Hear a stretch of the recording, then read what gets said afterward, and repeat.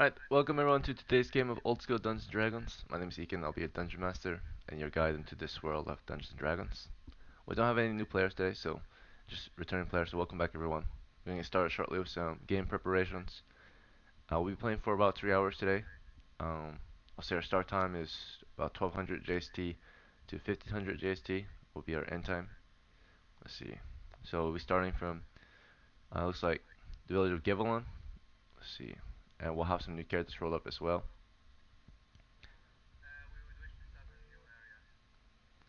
If you want to start in a completely new area, every character plane has to be new, right? If there's a character in Gavelon plane, then you're starting from Gavelon.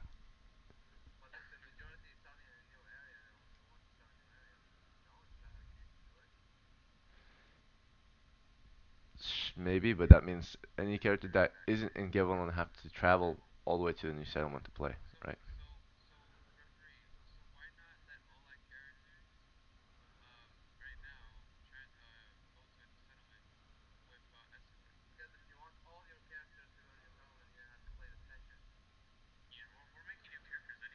Right. So if you start a new character and they're all new and no character is old, then you can start in a different village, right? Because then they're from that village. But if your character's currently somewhere, they can't just teleport. They have to travel, and travel is deadly, right?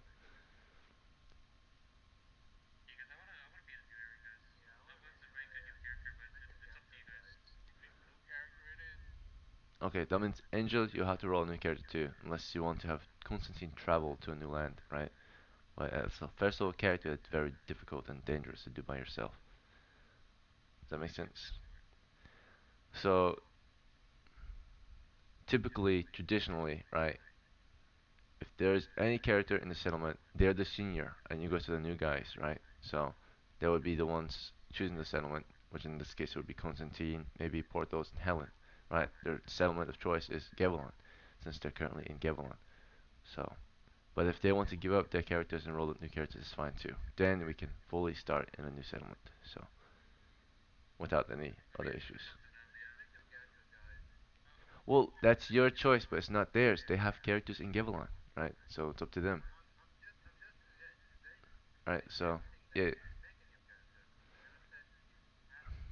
right. So Angel and Nags and Beaks, are you guys okay with this? Because you guys have the senior characters. Okay.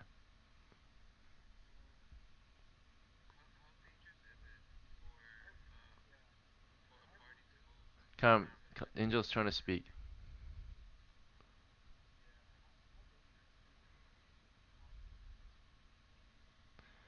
Depends on which settlement you want to start from. So, if the party wants a completely random settlement, like on a new map, it's going to be quite dangerous. If it's something local, like a nearby settlement, you might be able to get there in a day or two without dying. Even if you pay for an escort, there's an automatic chance that you'll die 1 in 6 every day. So,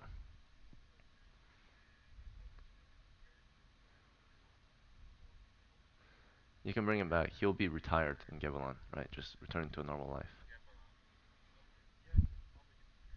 Okay. Bix, is this fine with you as well?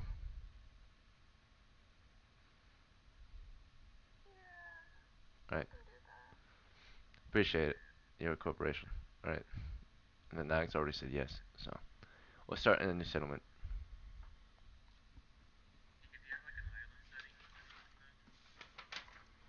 Island settings. There are islands, but there are no villages on them, usually.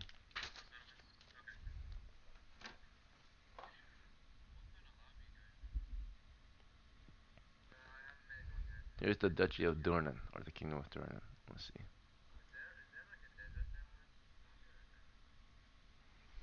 You can't really choose unless you've been there before. It's gonna be completely random, typically. So, if you wanted to choose the desert, you have to travel from Gavelon into the deserts, which are to the south, right?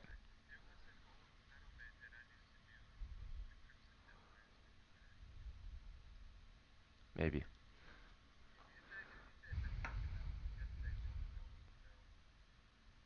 Then you will travel from Gavelon, which is already in the Southlands, right, into the desert.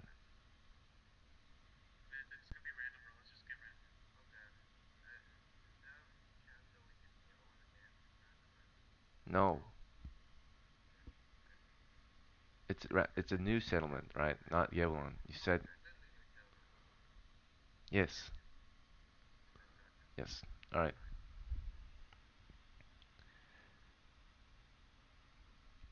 So in this map here, you'll be starting from a village called Conrali. All right. It's in the kingdom of Durnan. The closest stronghold from here is Fort Little. It's to the southeast across a river. Yeah. And the closest ruin to the village of Conrali is the tomb of Westerpool. Right. There are other places that you might visit, such as the Lake of Shadows to the north.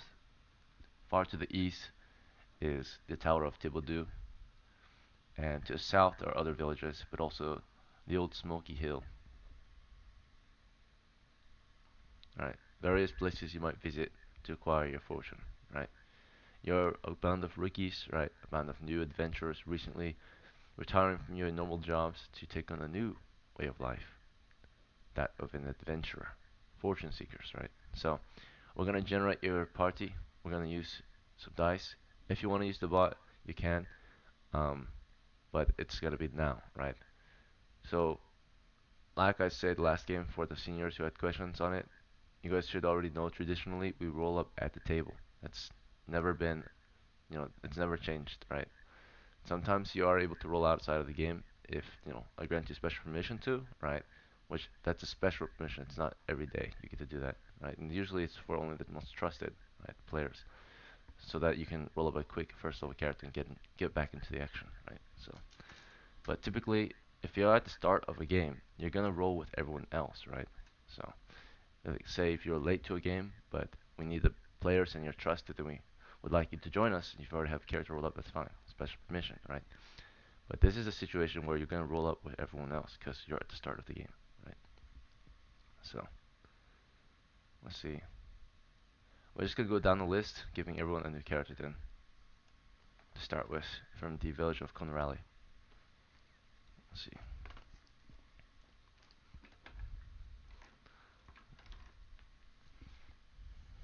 All right, we'll start with Angel.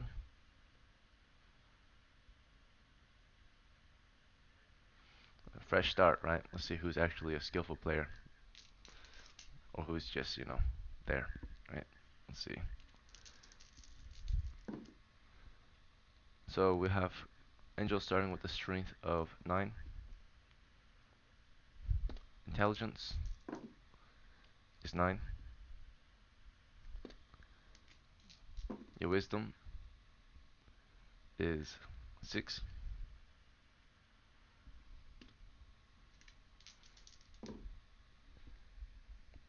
let's see, your dexterity is 10,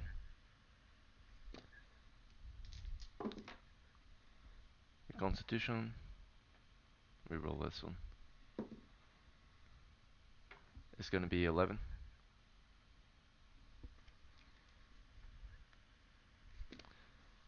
your charisma, yikes, is 5. Alright, your class, we'll come back to that, so just think about it based on your scores. Next is gonna be Yubi.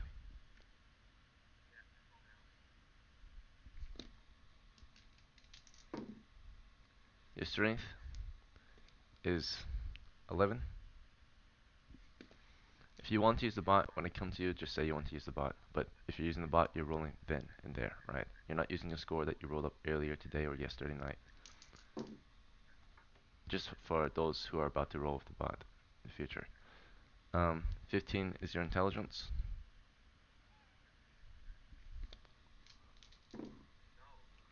Alright. 14 is your wisdom. Your dexterity is 13. Constitution of 10. And the charisma of 10.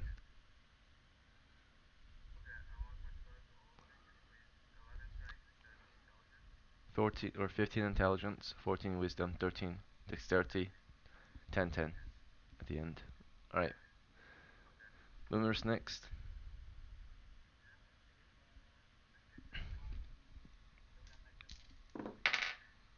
Your strength is 8.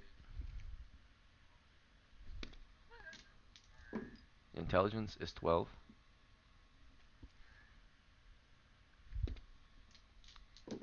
Your wisdom is 14.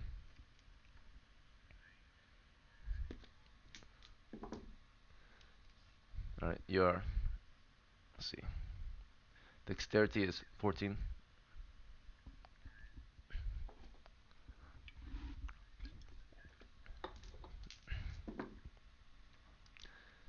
Let's see,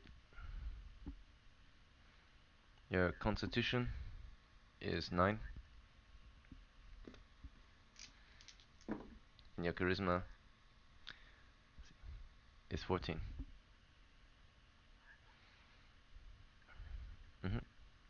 Alright, next. It's gonna be Bix.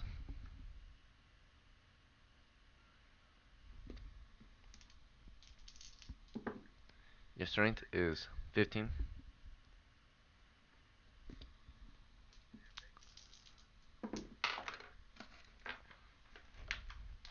Bix. Alright. Your intelligence is 11.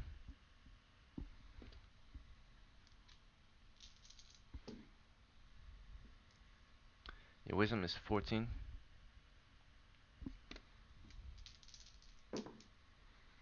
Alright, your dexterity is 9.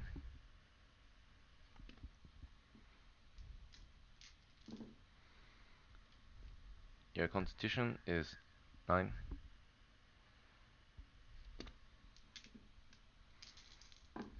And your charisma is 3.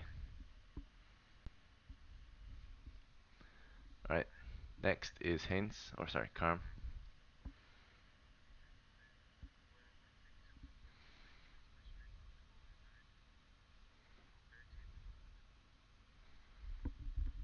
Carm, are you using the bot? Alright, go ahead and roll.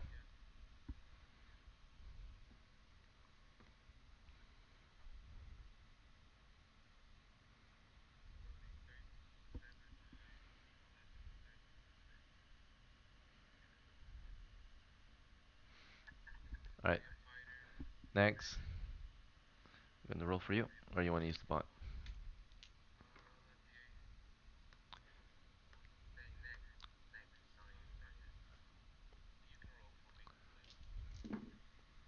You have a strength of 15. You have intelligence of 6. You have a wisdom of 8.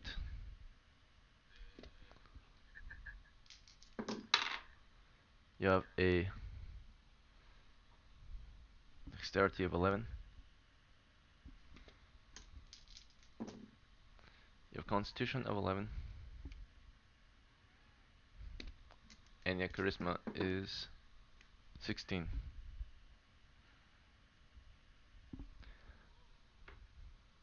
Right, Valos next.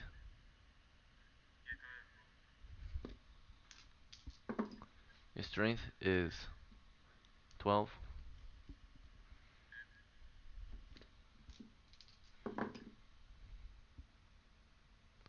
Right. Your intelligence is 10.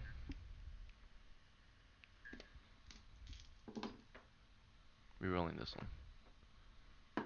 Okay. Your wisdom is 8.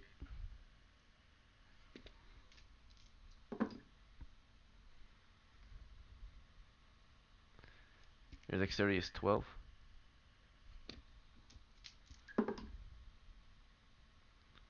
Your constitution is 5.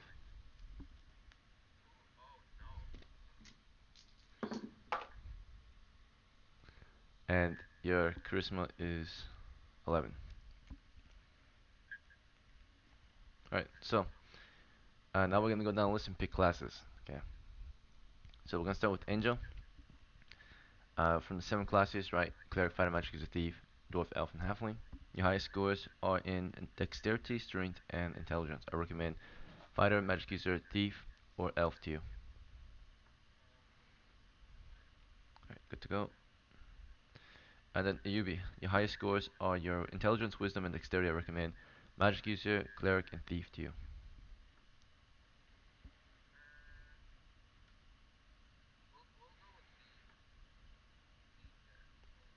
Okay, Boomer, let's see.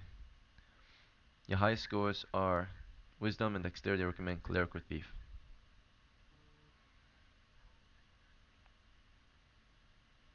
Alright, Mix, your highest prerequisites are strength and wisdom. I recommend fighter or cleric.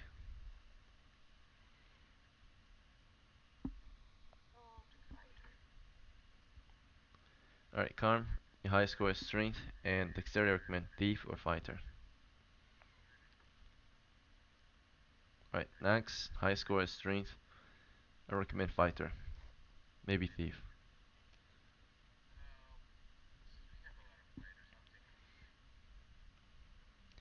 Alright, and Valo, highest scores are strength, intelligence, and dexterity. I recommend thief or fighter.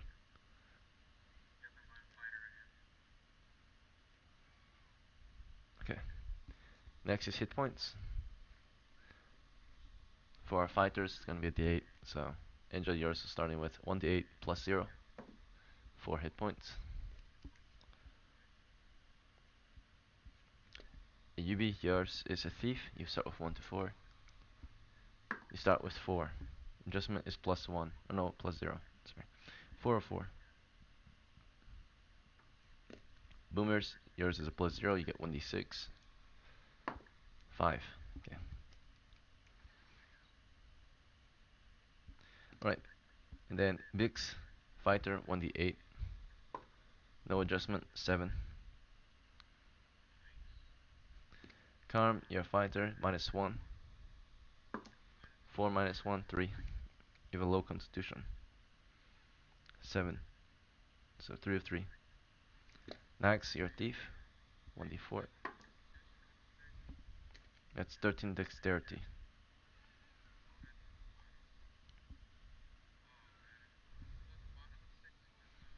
Charisma.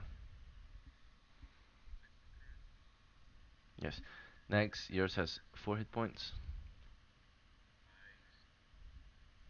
Your scores are, Karm, your scores are 13, 7, 9, 13, 7, 6.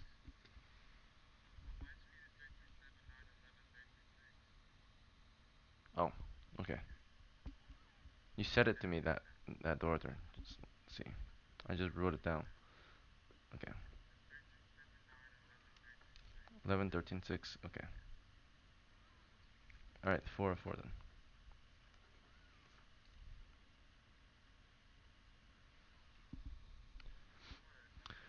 Follow, you have 1d8. You've got 2. Minus 2, so you've got 1. Alright. They give the worst scores to the best players, right? So,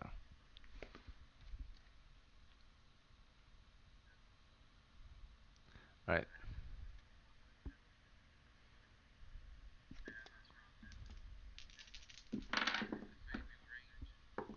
I'm gonna just, although equip your characters, I'm just gonna equip your characters, and if you wanna influence it or change it, you can, okay? If you know what you want. Otherwise, we're not gonna waste too much time doing this. So, Angel, we're gonna start off with some clothes, of course. And then also you'll start with a sling and a spear.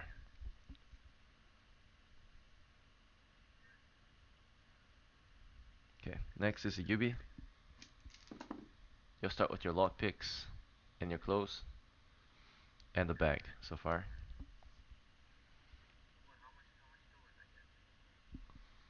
You start with 11. Okay, so you've got your clothes, you've got your lockpicks,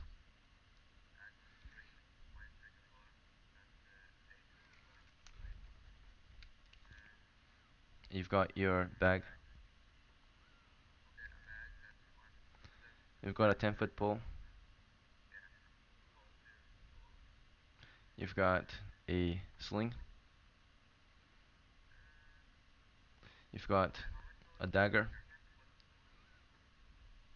You're starting with 11. I'm purchasing your gear. If you want to change it, you can, but I'm just going down the list, grabbing new gear. No, you tell me if you want to change it, because I'm writing it down. Okay. And then you get the 50-foot rope.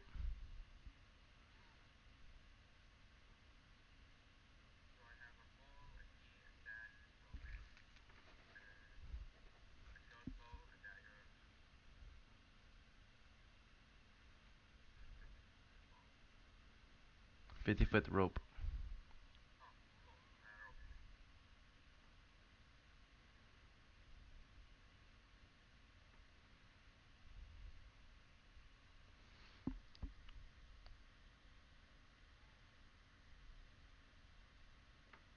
Okay, Boomer. New character's gonna start with clothes and let's see a holy symbol.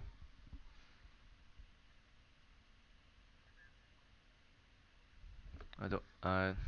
You got 6. All right, and then you also start with a sling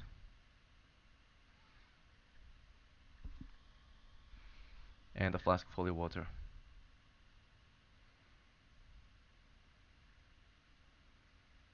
All right, 5 silvers. That's all your money. Bix. Your fighter starts with, let's see, clothes, a sling,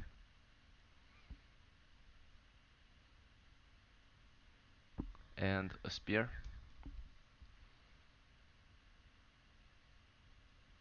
and a shield and gambeson.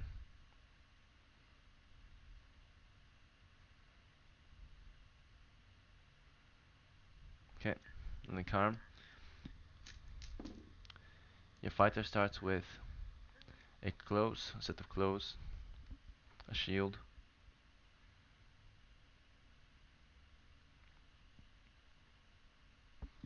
and you also start with a spear and a gambeson,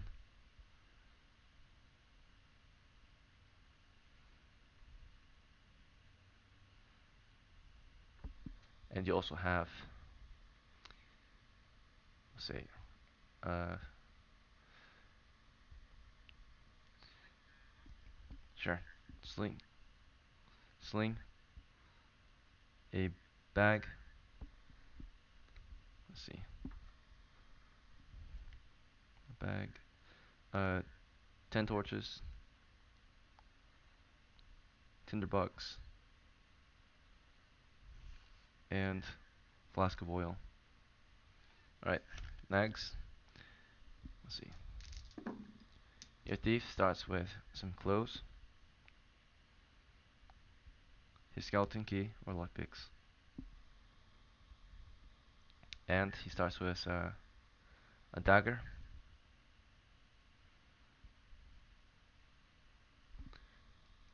Let's go with a short bow and some arrows. Short bow and 10 arrows. Okay. A sling. Would you like a pole?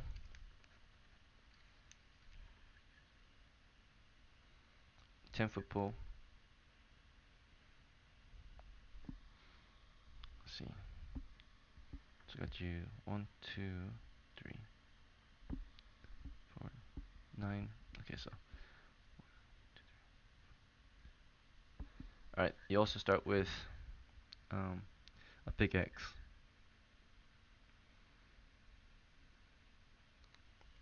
Alright, Valor, your fighter, starts with his clothes and gambeson.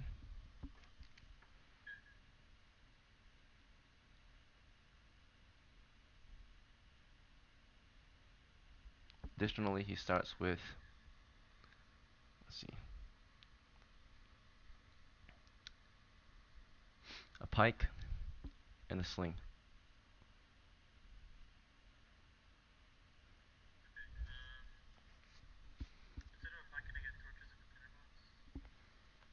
We already have it.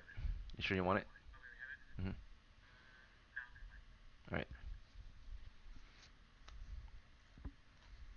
Okay, now you guys are gonna pick your names. So we're gonna go down the list, grab you some names. Angel, do you want to random name or do you want to pick it?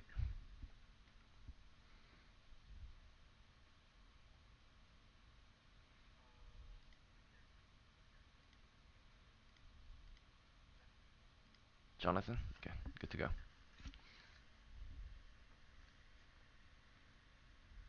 Do you want to spell it Jonathan?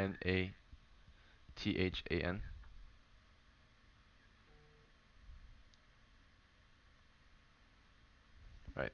UB. See, do you want the random name or do you want to pick it? I'll come back to you. Alright, Boomer. Do you want the final name or do you want to pick it?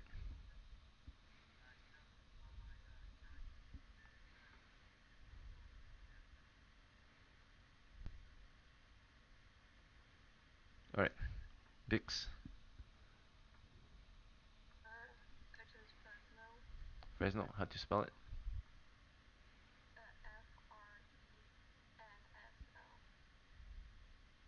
Good. Alright, Karen.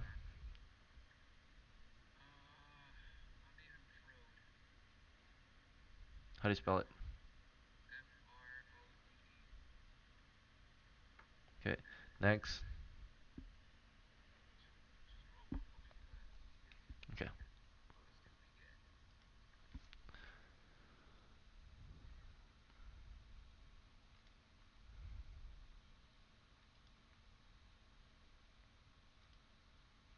Alright.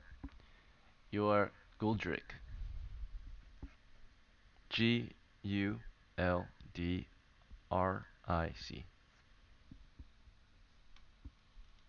Alright, Valo. Would you like to pick? Female name. Okay.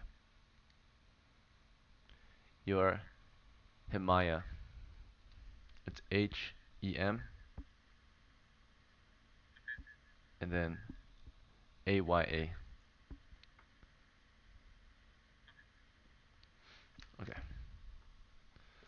Alright. So back to UB. Do you know your name? Talon. Okay.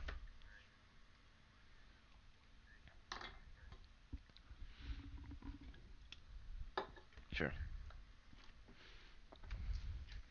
Alright. So you've all prepared your characters. You're ready for the adventure. So go ahead and take a small break. Come back in 5 minutes.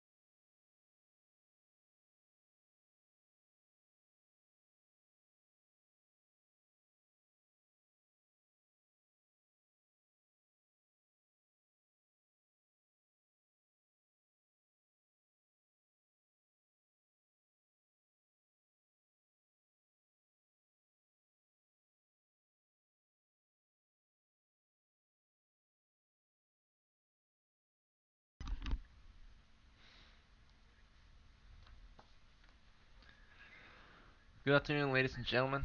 It's been roughly 5 minutes, so we're gonna start this adventure. You characters will be starting from the village of Conrali.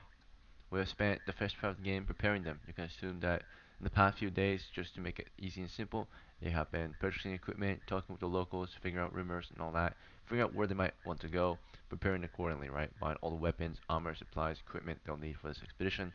They've met each other already, right? They've made plans for an adventure, promising each other that they might work together to acquire a common goal, which is fortune, right?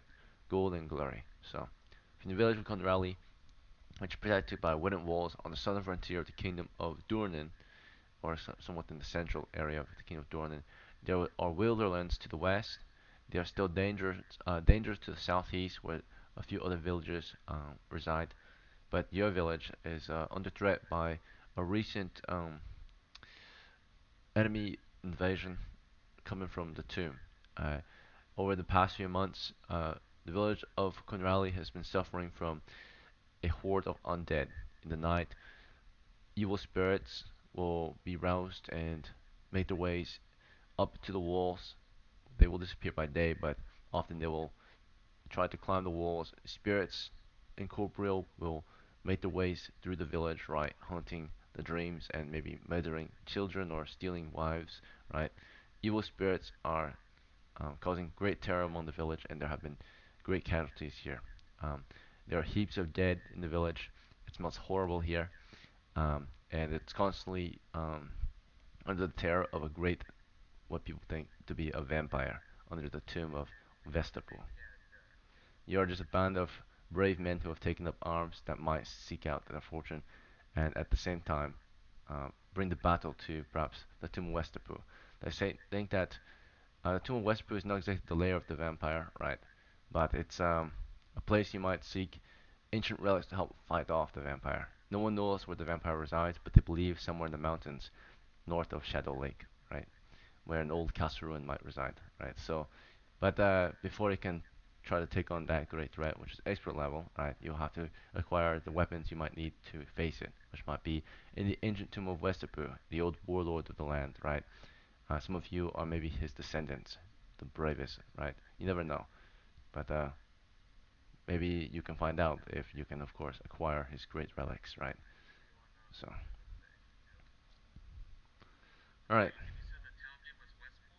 Now the tomb is Westapur. Westapur, yeah, Vestapur. Yeah, so it's Westepu, Vestapur. Okay. Mm. And then from your village is Conrally, symbolize Conrally, Konrally. Its banner is depicted by an eagle's feathers. The tomb of Westapur is depicted by a black wolf's, yeah, black wolf.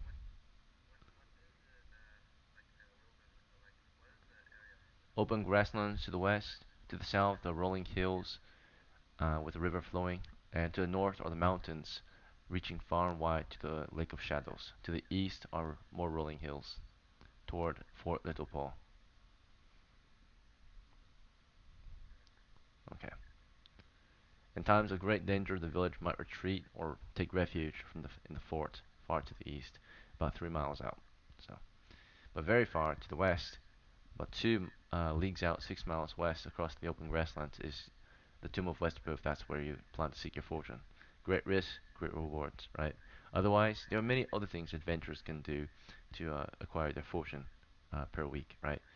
But tonight you sit at one of the taverns here in the village of Conrali. You sit at the Red Wing Tavern, right? This symbol is a cardinal, and so you talk over food and drink, and you decide the party's fate, pretty much, what your party goal is. What do you plan to accomplish this week, right?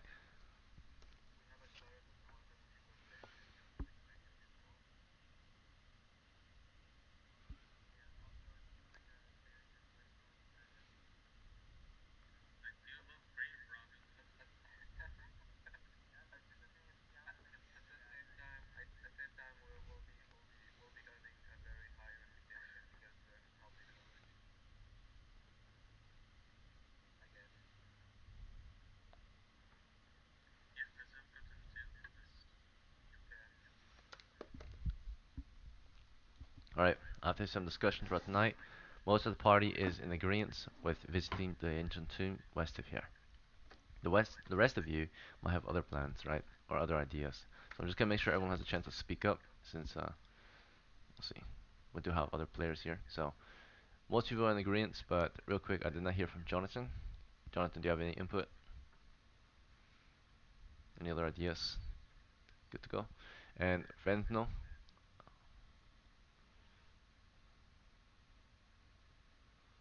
Fresno.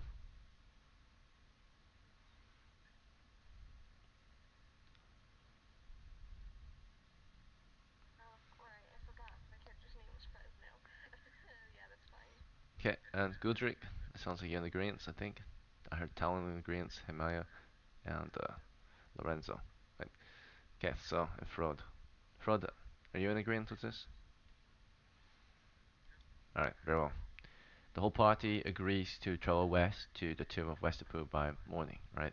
After your night at the tavern, in the morning after some breakfast, if there's nothing else, we'll prepare a marching order, we'll equip our characters, and we'll set out. Is that fine? Alright, so the current time of year.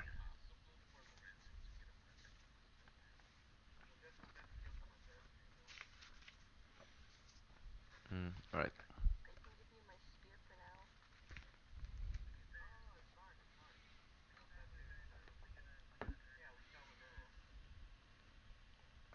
Says he has a set of clothes, symbol, sling, and his holy water. A cleric's greatest weapon is his faith, right?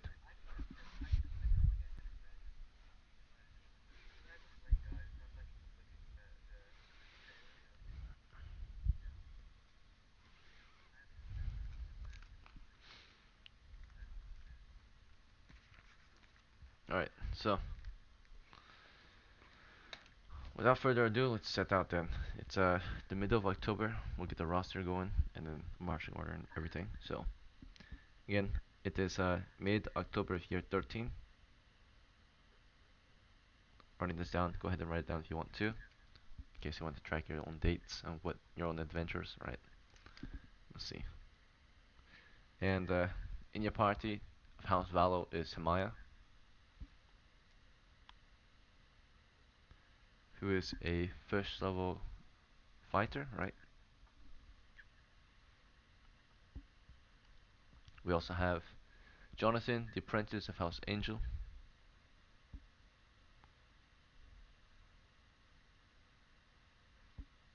Okay, and next we'll have Talon, the apprentice of House Yubi. Next is Lorenzo, the acolyte of House Boomer.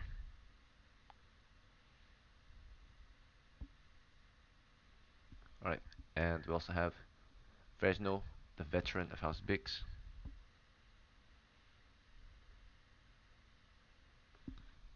We have Frode, the veteran of House Karm. And Leslie is Gildrick, the apprentice of House Nags. Okay, so your party of 7 will be setting out.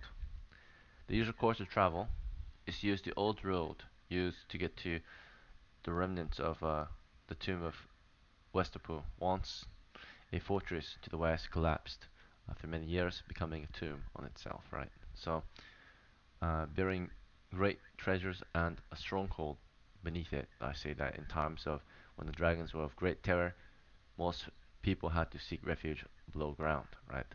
And a great stronghold, underground stronghold, was built below the tomb so that people might survive the years or the winter without having to be on the surface, right? If a dragon were to attack. But all of that is no longer um, a sanctuary. Instead, the tomb has collapsed in on itself, and that stronghold beneath it has become a dungeon over the years, right? So that is what you seek to recover lost relics of past mankind, right? Your ancestors and such. So the usual course again is west along the road. Is that fine? Or do you guys want to take a different course? Okay. Therefore, you'll be traveling instead at the rate of what's your party's rate of movement is half speed. Some of you are carrying torches and other supplies, right? Keep in mind, torches is 30 pounds, clothes is 10 pounds. Automatically, you're going to be medium footman then, right? With all your additional supplies. So if there's anyone in your party ever carrying torches, you can guarantee your party's half speed, right? Anytime someone chooses to carry supplies, you can already guarantee your half speed. So, right, but if you're gonna bring dungeons into or torches to a dungeon, right, you're definitely gonna be half speed. Let's see. Yeah, marching wise, yeah, or wilderness. Okay, so let's move. Your party's traveling, and it's gonna be 1d6 for a wandering monster check. We move to a rate of 3 miles per hour on the road. Should only take you 2 hours to get there. Safe travels to the Tomb of Westapu. In about a couple hours, you arrive at the end of the road, which leads you to a range of low hills among the grassland, and particularly in the midst of these hills, the largest of them is a castle ruin on top of what you can only suppose is the hill beneath which a dungeon might be found, right? But this is a rocky, craggy hill among the hills here. Rock protrusions, right? A dugout, somewhat dugout area covered in grass now, regrown.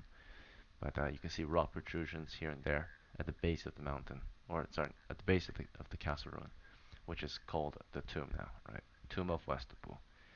Uh, the fortress faces you, right? It's directly to your west.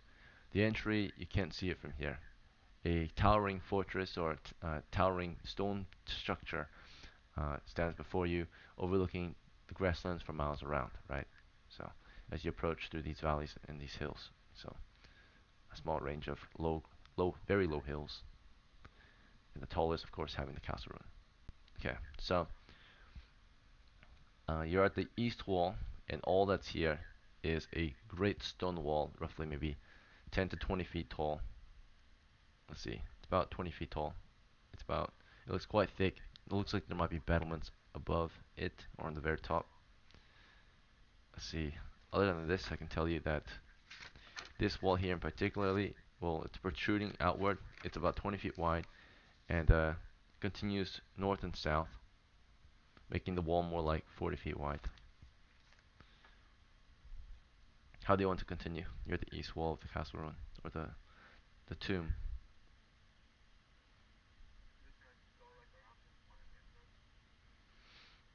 Okay. Well, which way would you like to continue? Northwest, west to the wall, or southwest?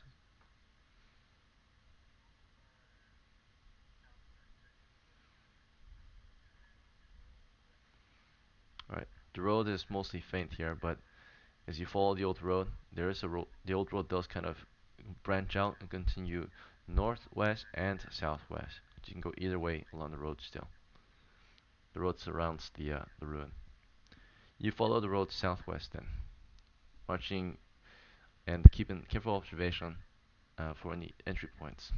The walls are sturdy, but you can see the only real collapsed area is that tower, right? The upper levels have collapsed into the lower levels.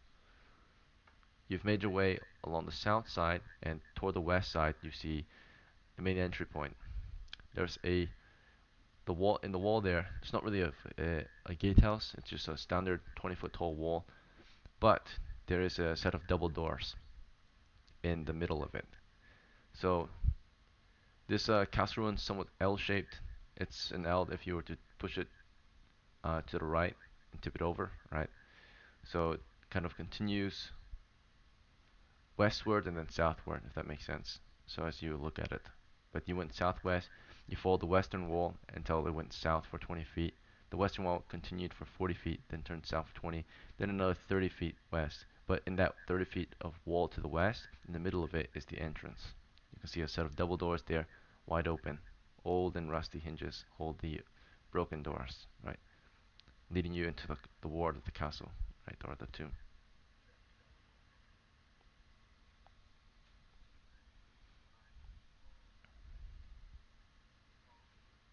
Okay, you push forward. Your party explores, carefully marching ahead, keeping careful observation, um, mapping, of course, and moving quiet. All right, so on the way in, we don't have a marching order set up actually, so I'm just gonna pick randomly who's at the front, unless we have a volunteer. Any volunteers for the front? Any volunteers? Alright, rolling random. So, Jonathan and Fresno were at the front. As you guys carefully observed and moved into the area, suddenly the floor beneath you collapses, right? It's all unsteady, right? It breaks through, and you drop down into a 10-foot pit, right? There's water down here, plenty of roots. The ground was just very soft and broken, okay? So we're gonna make a saving throw for both of you to not fall in. We'll say saving throw versus paralysis. Okay, so rolling, failed. Okay, so that was Jonathan. And here's Fresno, passed. Jonathan, you fell into the pit. You take 5 points of subdual damage, potentially. Let's see if you are killed or not. If you're not, you just broke a leg. If you are killed, you broke more than a leg, right? You lost your life. Okay. So carefully you moved in, the floor collapses, and someone barely is able to back out of there. It's Fresno, but Jonathan fell through, and when he hit the bottom, he was not moving anymore.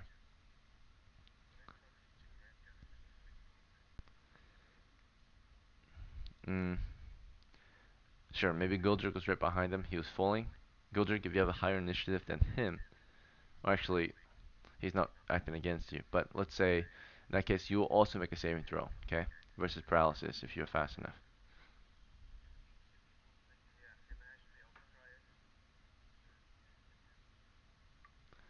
It was Goodrick's idea. You try it after Goodrick already tried, right? He's gone or not, right? Goodrick came with the idea, it's his. So there's only a split moment to do it, right? You're not just standing there watching him fall and like thinking, who's gonna pick him up, right? No, he's already fell through. But I'm giving Goodrick a chance, right? So, alright. Goodrick, you try to grab him. We're gonna see if you can force doors to pull him out of there, right? Otherwise, you fall in with him. Alright, you got him barely. Okay. A 2 on a force doors check. What's your strength, Goodrick? Yep, you're strong enough. So you grabbed him, right, and almost missed the chance, right? You saw him falling. He would have died if you did not pull him out of there. Then you pull your brother out of there. If everyone else next time wanted to pull too, right, keep in mind, this is a tight area. If you all grab at once, pushing each other, shoving each other out of the way, then no one has a chance, right? So we did see that happening, right? As Gudrick pulls him, some of you start to move up, like, what's going on? What's going on? Right? Breaking rank, trying to rush to the front, almost pushing Gudrick back in with Jonathan into the pit, right? So just a warning next time, if it does happen, and you all want to move to the same spot, then it's going to get too tight and no one can do anything. Now what you could have done was maybe pull Goldrick next, right, in case he would fall. So, but if you're all going for the same person and there's not enough space, then no one's actually going to get it, right? So you're all struggling for the same action.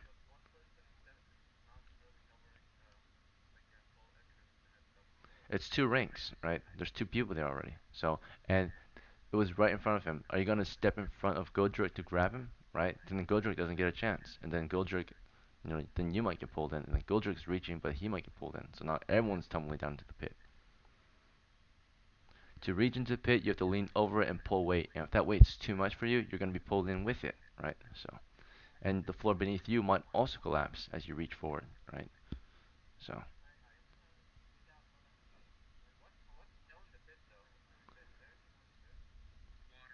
it's Jonathan's boots are down there. That's about it, and there's water, plenty of water.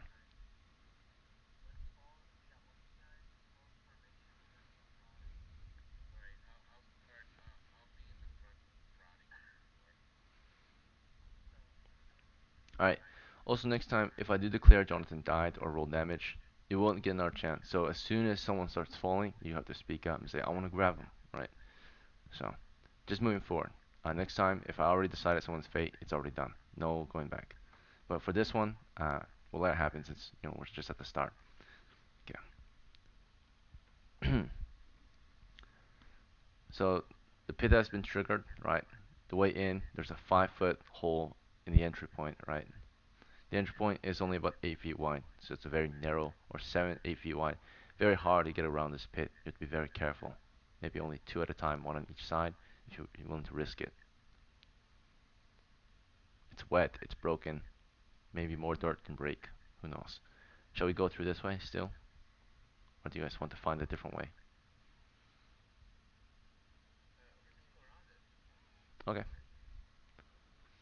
So you start to go around it. Who are standing across first? Again, it's basically only like 1 foot on each side of the pit, right? You can easily slip if you're not careful or don't have proper tools.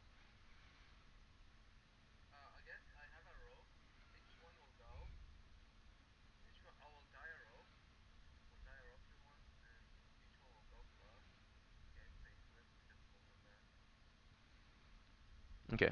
So Talon, you use your rope. You tie it around someone. You send them across. And what are you doing with the other end?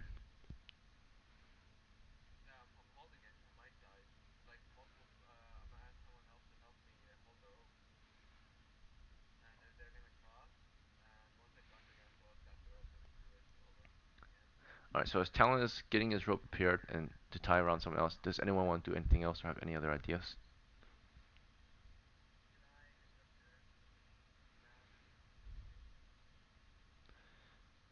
It definitely does not look stable. I already declared that, right? You want to search to see if it's stable, or I already declared it's not stable, right? Oh, what do you want to do to test it?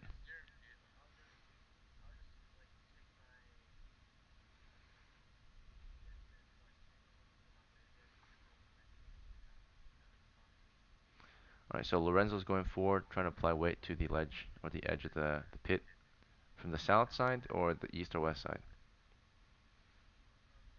You're south of it. Okay. As Lorenzo steps forward, trying to do. That's fine. Fresno, you're holding onto Lorenzo, and as the two of you are doing this, as Talon's getting his rope out, Goodrick, what did you say you were doing?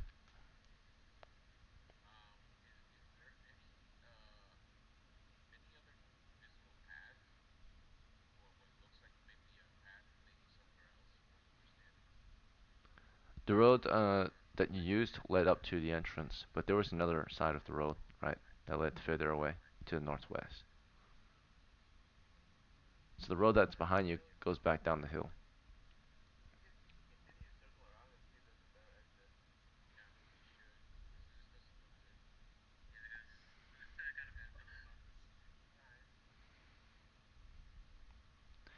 Okay, so uh, Nags thinks about, of course, he looks at the road and thinks about falling back, maybe suggests the idea, as of course Lorenzo's testing the ground up ahead, Fresno's holding onto him, Talon is of course getting his rope out. Talon, who in particular are you trying to wrap this rope around?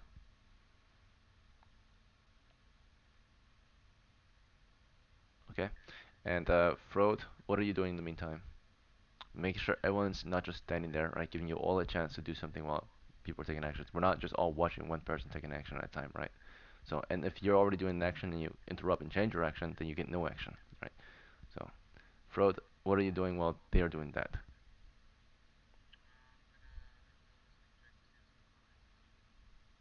Behind you, as in south or north? Okay, so that's in front of us. You're listening toward the north, then. Let's see. And as you're hearing noise toward the north, Maya, are you doing anything?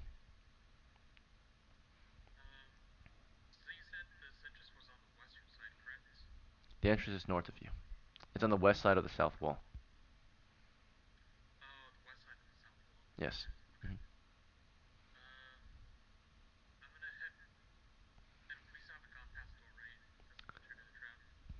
Right.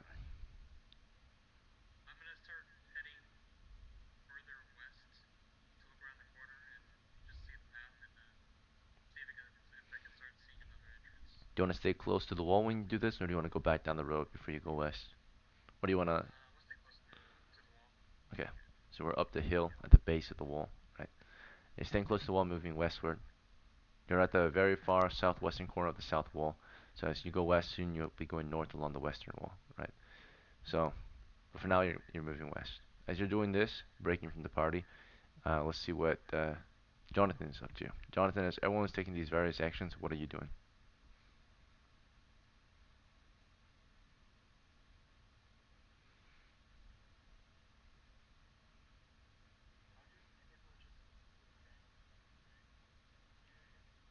Where do you look? Which direction?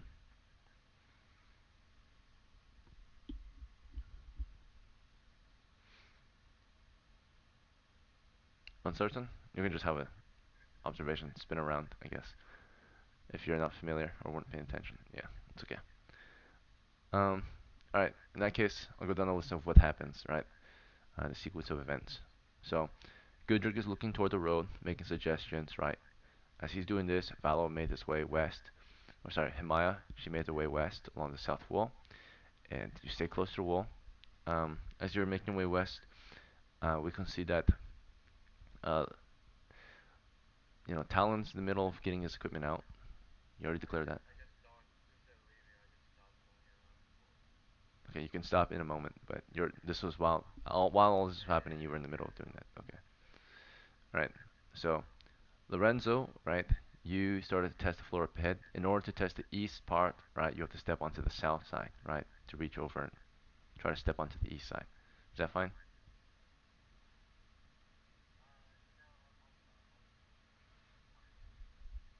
Okay. Fresno's holding on to you, and as that's happening, um, Frode, right, you're listening northward. Let's see if you hear anything north of our position. All right, it's been quiet. You can hear your men up ahead of you making noises, right, trying to step into the pit. Um, Aside from that, let's see. Talon halfway through, you see everyone's like spreading out, moving away. You start to put your rope back, and as you're putting your rope back, uh, Jonathan, you are observing your surroundings. You're currently standing south of the entrance to the ruin, right? East of you is the wall going east, right? Uh, the wall is north of us, if we're looking at it from outside. Um, but further east in the distance is just the grasslands. South of us are some hills and grasslands, and then west of us are some hills and grasslands. You'll see Himalaya moving toward the west. And as you're doing this, um, back to Himalaya, uh, going west did not continue for very long. You went 10 feet west, carefully observing your surroundings along the wall, and then that's the corner, right? From here, the wall continues toward the north for a long distance. Do you want to continue north from here, or do you want to wait, or something else?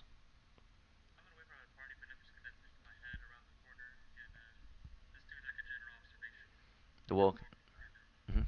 So far, you just see a straight wall, very sturdy stone wall, continuing for about 60 feet north. Yeah. And as you observe this, uh, back to the rest of the party, right? So sounds like most of you are regrouping, right? At this point, Gudrick has made a suggestion. No one cared for it. And then Frode, of course, you were just carefully listening up ahead. Didn't hear anything. So Gudrick, right after you get done making your suggestions and observing the road south of you, what would you do next?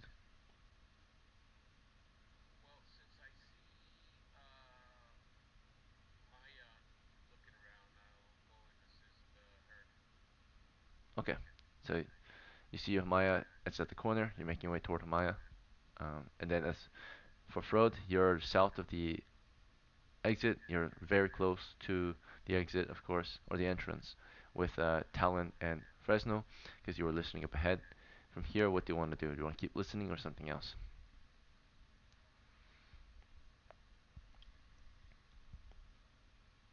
All right, you just stand there. Okay, keep listening. All good. All right, and then Fresno, Lorenzo's backing off, right? What would you like to do from here?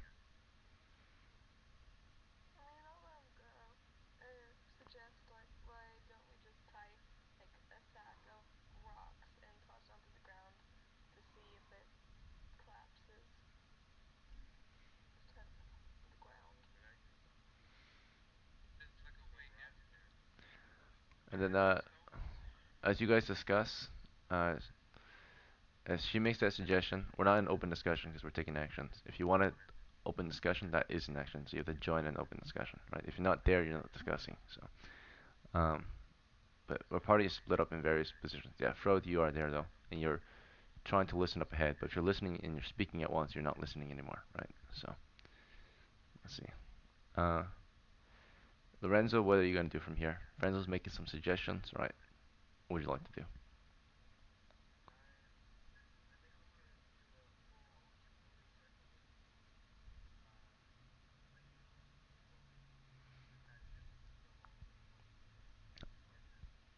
So you making suggestions? Okay. And then from there you can take actions. But let's see. Talon, as they're talking near the exit or the entrance to the ruin, you were okay. Breaking away from this party, making your way west toward the other party. And then Jonathan, you were in the middle of observing from here, right? You observed your surroundings. What would you like to do next?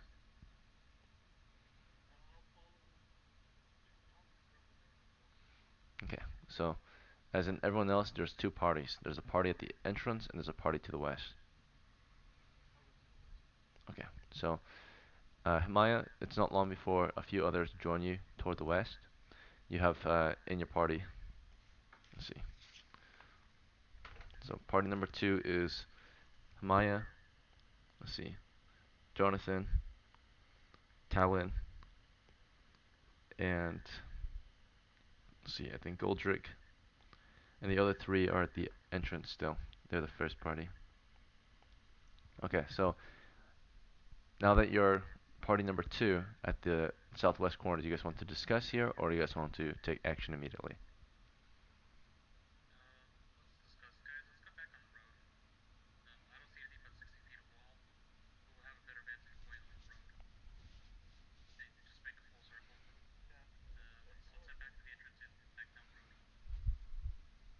Alright, so you've made this suggestion to your party, which includes Jonathan, Talon, and Guldring.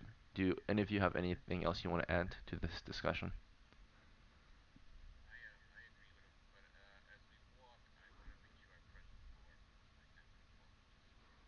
Alright, you start prodding, keep an eye on the floor.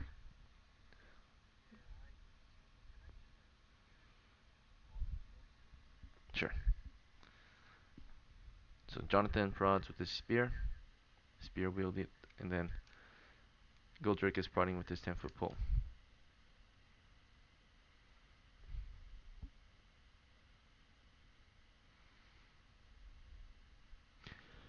Alright, and Himaya, right now you have nothing wielded in your hands. Do you want to wield something?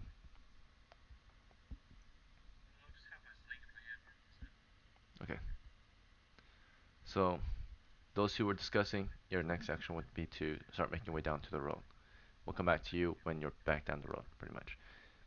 But the other party, you have been at the entrance. You've discussed new plans and how you might test the ground ahead. From here, what would you like to do? Do you want to continue discussing, or do you want to take action? Okay, so Lorenzo's falling back. He's joining party number two.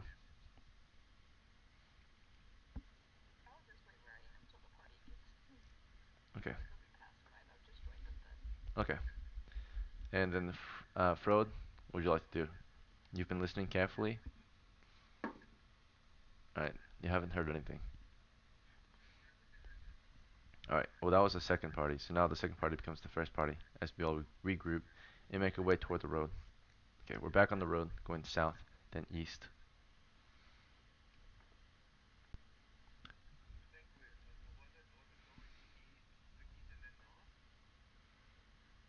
Yep. So right now it's going south down the hill and then east along the walls. You want to follow it? Takes you back to the north, and then from here there's a split in the road. Part of it goes northwest, part of it goes east. You're east of the castle run. You want to go northwest? Okay. You follow the road toward the northwest, and it goes west along the northern wall. Okay. You just carefully observing. The northern wall goes far and long. Right. It's about maybe let's see, 70 feet, no, 80 feet west, pretty much. So it's an 80-foot long wall. There's a corner section in the northeast where you see the main tower, right? So kind of a cutoff there, making it more like 70 to 80 feet instead of 80 directly.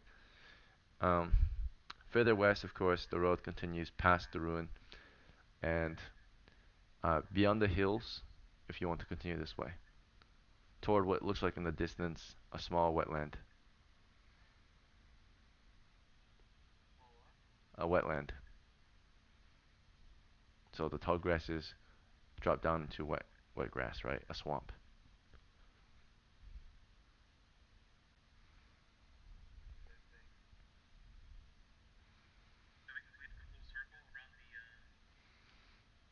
The road did not lead south along the west wall. It went west past the ruins and into a wetland, which you can see in the distance.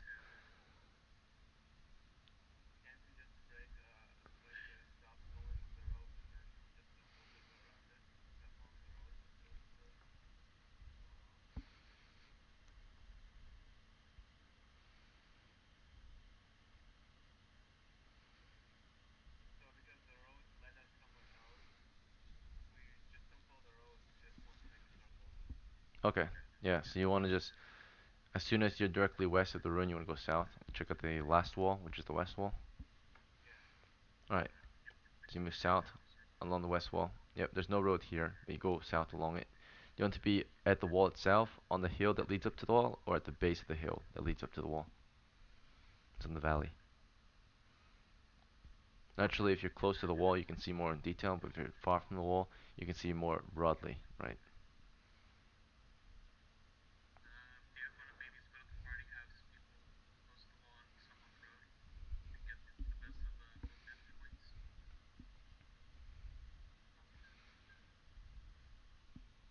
Right. So you continue south along the west wall entirely. Some people close to the wall, carefully observing as they go, right? Some people further west of the wall, down the hill and in the valley, or just on the hill. On the hill is like a mid-range, but in the valley you'll see like not just the wall, but the battlement, right?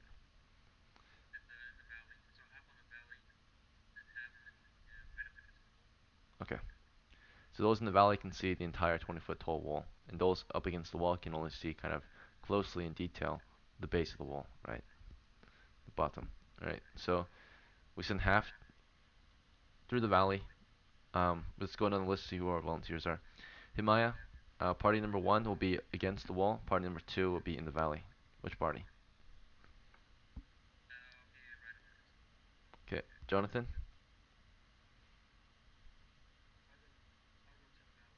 Okay, Talon. All right, Lorenzo. All right, Fresno. Okay, and Frode. All right, and Guldrick.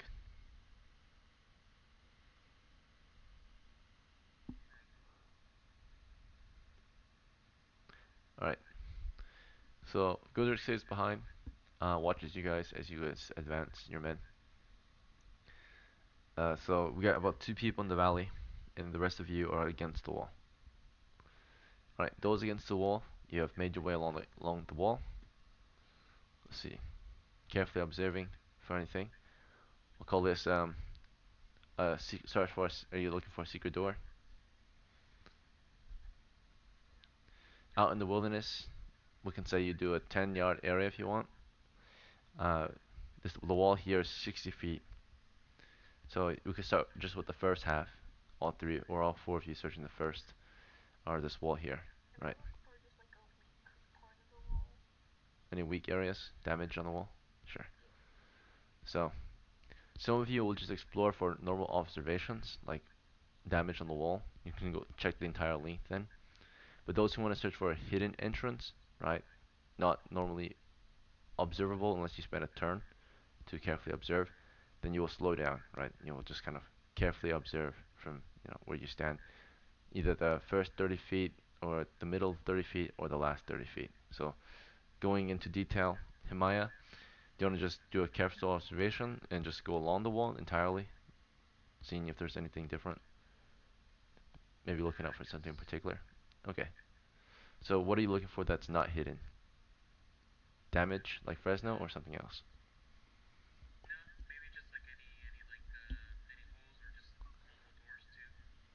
Alright. You look for holes or uh, any other doors on this wall.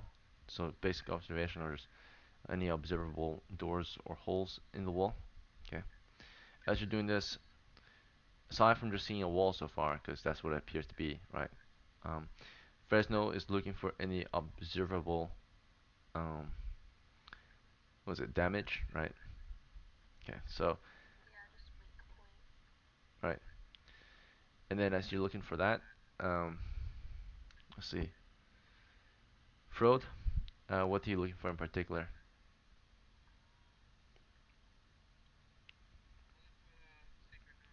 All right. First 30 feet, second 30 feet, or last 30 feet. It's in the middle. Okay. All right. And let's see.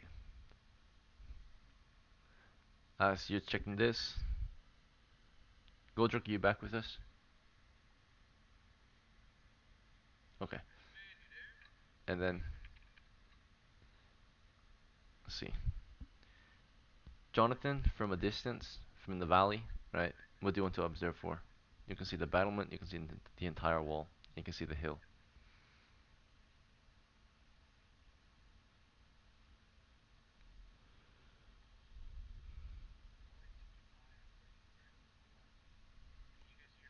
Well, we hear you now. I'll come back to you. Jonathan, you look for cracks in the wall. Okay. And then let's see. Do you want to look for just observable cracks in the wall or hidden cracks? Okay. So that means it's a lot slower. The first 30 feet, the second 30 feet, or the last 30 feet? Which portion? The last, so the south side of the west wall. Okay. And then let's see. As you're searching that area carefully, we also have, let's see, Talon's with you. Talon, what do you search for?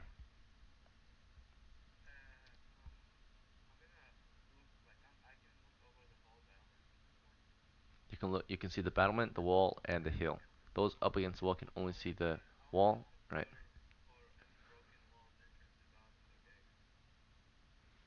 Okay. You're looking for another entrance on the west wall. Are you looking for a hidden entrance or just observable ones, so non-hidden? Alright. Hidden means it's either blocked off or concealed, right? Okay.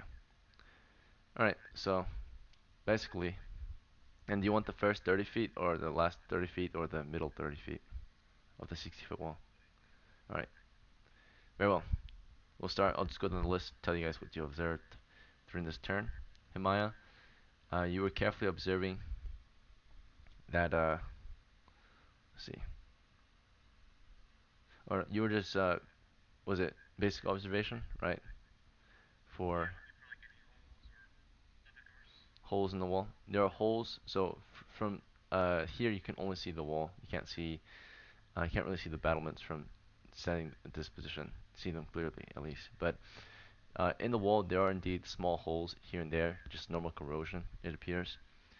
As for entrances, there were no doorways or entry points on this west wall, just a straight wall for 60 feet north to south.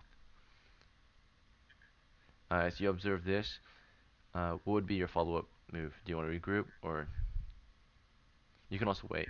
Yeah. Okay. I'll actually probably ask your follow-up actions after everyone gets an idea of what they did. So, Jonathan, as you know, Mayo is observing that wall like that. You were from a distance. You were observing the south side of the wall for any hidden entrances for a turn. You saw none. A whole turn went by. You just carefully observed that wall for any like blocked off exits or entrances, any concealed ones, right? Perhaps camouflaged by vines or something. Nothing. It's just a plain stone wall, castle wall. Talon, you have been carefully observing from the west as well, down the hill, searching the same way as Jonathan for secret doors. Nothing was seen, right? Just a stone wall. And Lorenzo, you have, let's see, you were observing, what was it? No, I'm asking what you observed. So, you were observing what? It was the middle? I didn't skip anyone, right? So, I'm going down the list to tell you the results of your action. Alright, so what in particular you searched? You said the middle?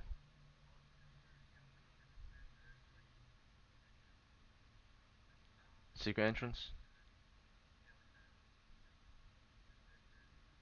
Alright, looking for, okay, so first do off some basic observations. You look for any dirt disturbed here, right?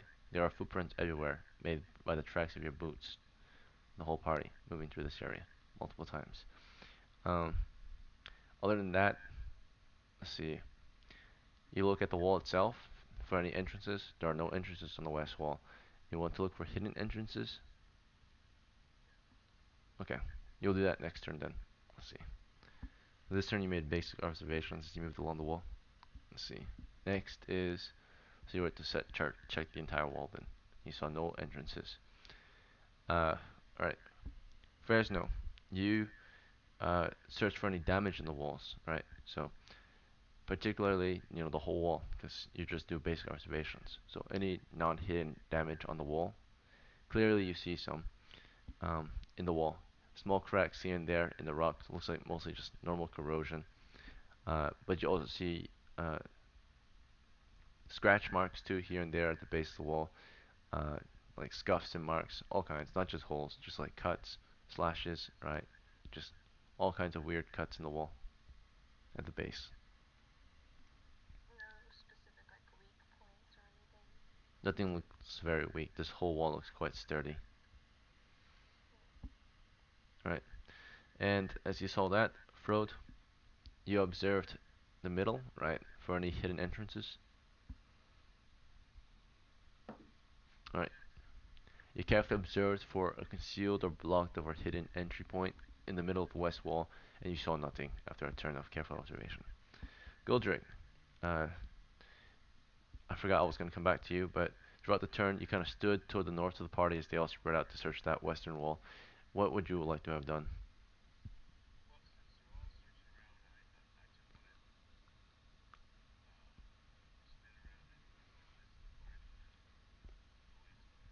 Hear noise? Okay. Party's south of you, so you can easily hear noises to the north or west. Which way?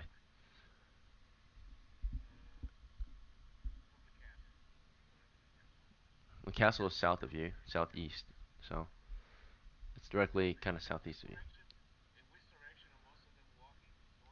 They're mostly walking toward the south, so naturally, if you listen toward where they're walking, you will hear them.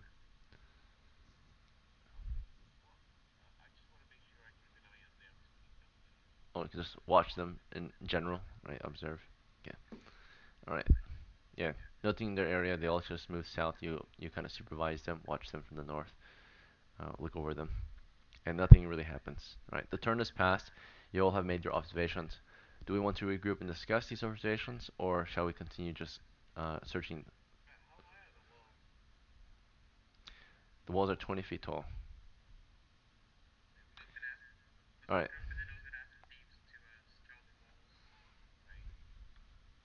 There you go. Now you're thinking.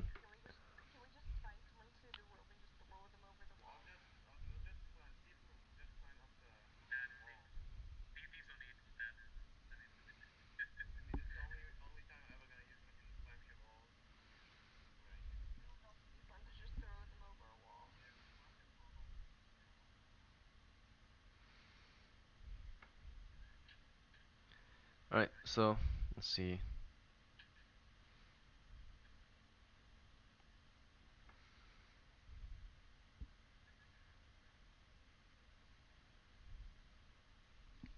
You guys need a break. Let's see. I guess we're halfway through. Okay. Take a 5-minute break.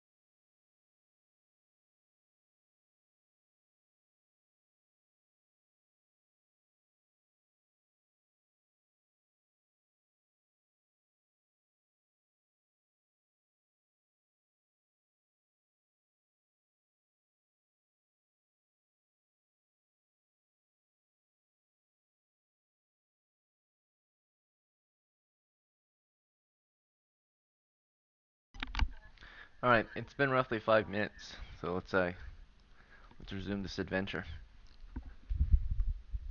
Okay, so we left off the party discussing west of the wall on how they would scale it, and then they thought about maybe getting some ropes out, right? So from here, do we need to continue our discussion or are we ready to take action? Okay, so Himaya, what would you like to do this turn?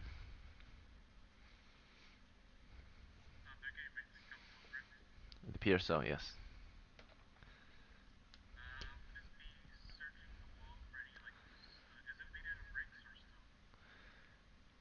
It's made of stone bricks.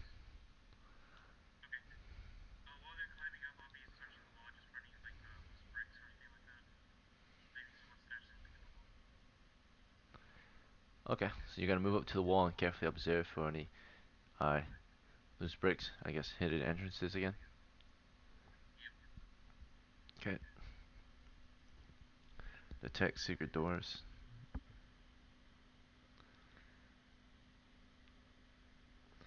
Right, and Jonathan, for this turn, what would you like to do?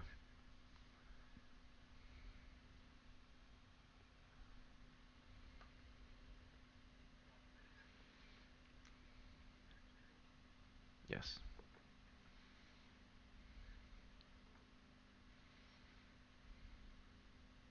Unless you want to search again, you can try again, of course.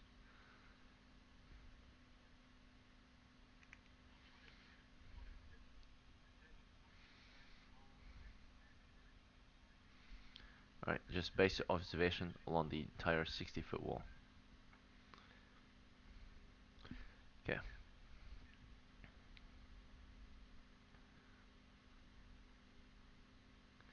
and then Talon, for this next turn.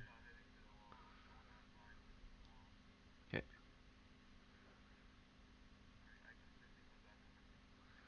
Lorenzo, good job. Um, what would you like to do?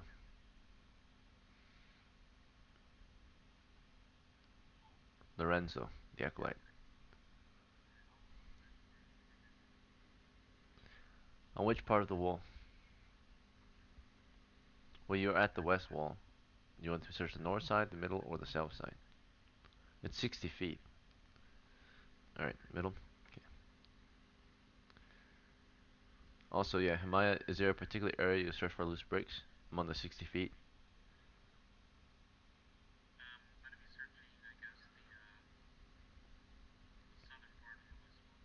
Alright, okay, very well. The far south side. Alright, Fresno, what's your action this turn?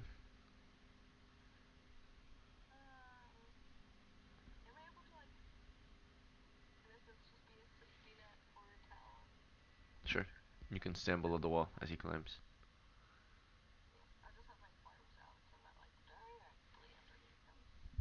Mm-hmm. Alright, and Frode, your action? There's one wall, there's just different parts of it, right? The north side, the middle of it, and the south side. It's the west wall. It's 60 feet of wall. What do you... Oh.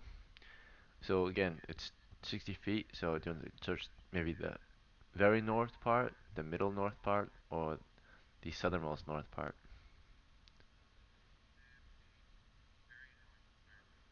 Okay, so the far north. So north.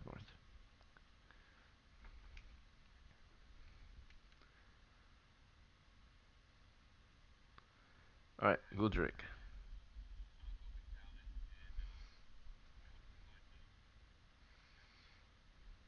Alright, you climb together or you? How are you helping him? Okay, just kind of hold him up against the wall, supporting him for just the first half, or the first part of it. Okay, so we'll start with any immediate action. Those who are having more passive actions such as observation, you'll get the results at the end of this turn. But the turn is going, and throughout the turn we see about three of you make your way up to the wall. One of you kind of gets ready to support the weight of Talon. You kind of lift him up. Talon, you grab onto the wall and begin your climb. As you're climbing, Fresno kind of stands beneath you, right? Arms open, ready to catch you in case you might fall. Thieves have an 87% chance at first level to climb a sheer surface. Alright, you move at the rate of, your half your speed. So, you get maybe, let's say, 20 feet up. I'm assuming. Oh wait, Lorenzo, you have a lot of gear or talent? Yeah, you do. 10 feet rope, 10-foot pole, clothes, short bow, daggers, bag. You're probably medium footman with all that. So you move at 10 feet per roll. So in your first 10 feet, uh, it's all well, right? You're halfway up so far. Here's your last 10 feet. Okay, you made it. You're at the top. Um, from here, what do you want to do? As soon as you get onto the battlement, you're overlooking the courtyard. You can see the entire castle structure, right? You're on the west wall. You can see the north wall continues a total of 70 feet to the east. It is gonna then lead south toward a tower that's collapsed. South of that is the southern wall, the first southern wall, which continues west for a total of 50 feet. Then it goes south uh, for another 20 feet, then west for 20 feet back to your wall. And the very far south to the west is the entrance. Yes.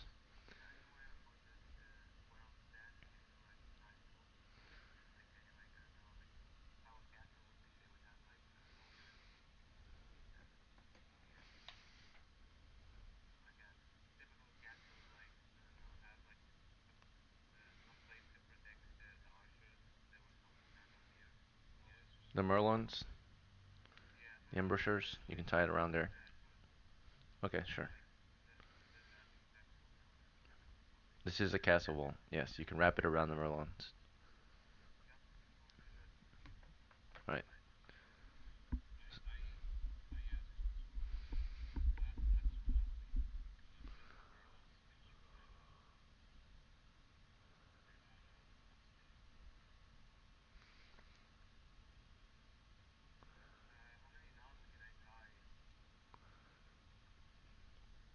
We've got 50 feet of rope, right? The 20-foot climb. You still want some slack. And, let's see. Probably will take like at least 5 feet of rope to get like a simple knot, right? 10 feet for maybe a secure knot. That's like multiple reps. 15, that's a very secure knot. Okay. You wrap it 15 feet around, knotting it every maybe 5 feet, right? So it's like 3 knots as you wrap it. Total of 15 feet of rope. You drop the rest of it down. There's a slack of, let's see, 15, 35 feet-ish, right? So yeah, that should be enough. Okay, you've lowered the rope as you were doing this, of course, while that was happening, Fresno was just kind of waiting there at the bottom of the wall. Fresno, as soon as you saw him get up the wall and start securing the rope, what would be your follow-up action? You know, just wait there, you're ready to climb or something else. Everyone's spread out. You see some of the guys have moved along the wall north and south of here. Just you and okay, you're like calling everyone back. Like, hey, everyone, let's go. Right. As you're doing this, Goldrick, you were the one that just kind of pushed him up there and watched him climb. From when he got to the top, what would be your next action?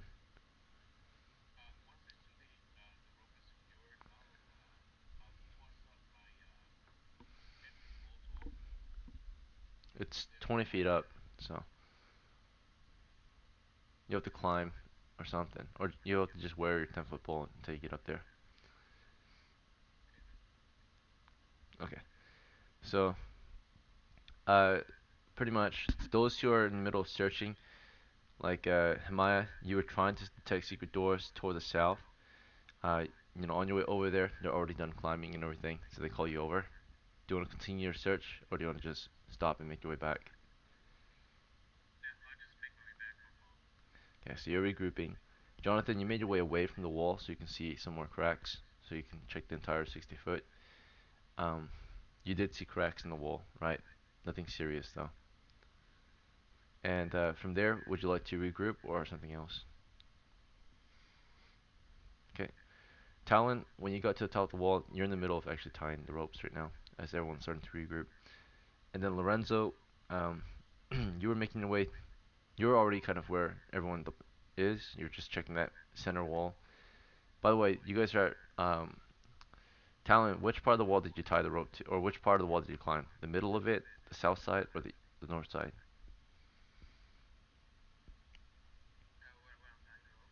Where did you climb the wall?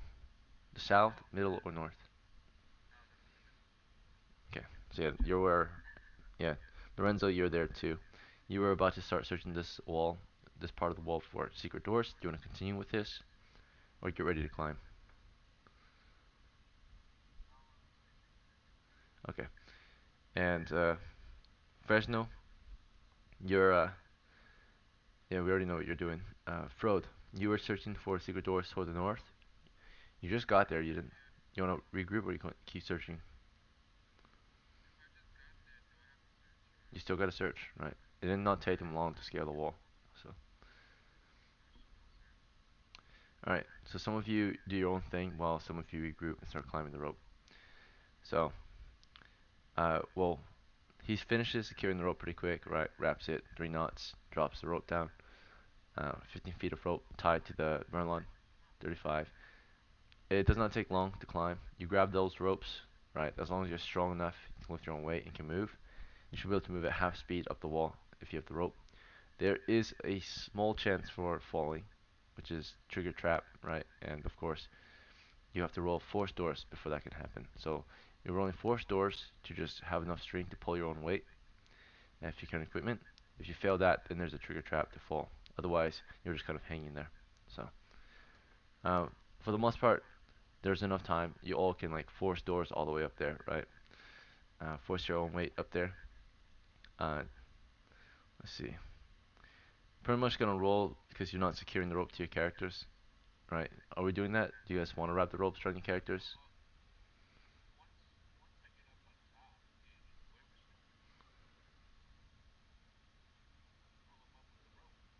Okay. Yeah. So Gildrick, you climb up sheer surface, right? Using the rope just in case. You get there pretty easily in about 20, 30 seconds. You're up the wall, and then together you guys can hoist whoever ties the rope around them, right? Making it very safe. So whoever's at the bottom. Okay. Very good. Fresno's the safety net. Who wants to go up first? Himaya, since you got here first, it looks like you and Jonathan did. So the rope is tied around you, around your waist, your legs. Then the other two up there together are able to pull your weight. It's a lot of strength that they need, but they get you out there, and then you can start helping to pull people as the rope is lowered for the next person, who is Jonathan, I suppose, right? Jonathan's a thief. He can actually just climb your surfaces too. So you guys don't really need to help him actually. While you were climbing, Jonathan, you were able to easily climb this sheer surface with your bare hands in 20 to 30 seconds. And then the other next character would be like, I think we'll bring Gold. No, Goldrick's already up there. We'll bring So we have Himaya's on the wall now. As soon as you guys get onto the wall, you guys will help pull the rope, or you can take a position and guard.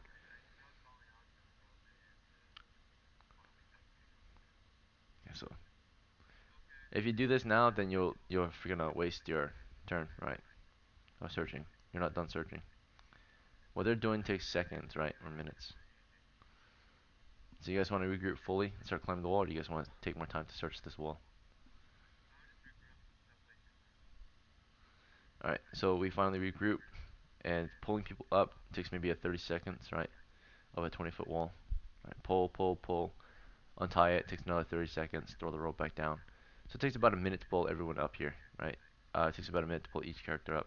A turn passes, and finally the whole party's on the battlement, looking over at the rest of the castle ruin. You're currently in level 0, which is the ruins of Westerpu, right? When you get into dungeon level 1, you'll be in the tomb of Westerpu. So,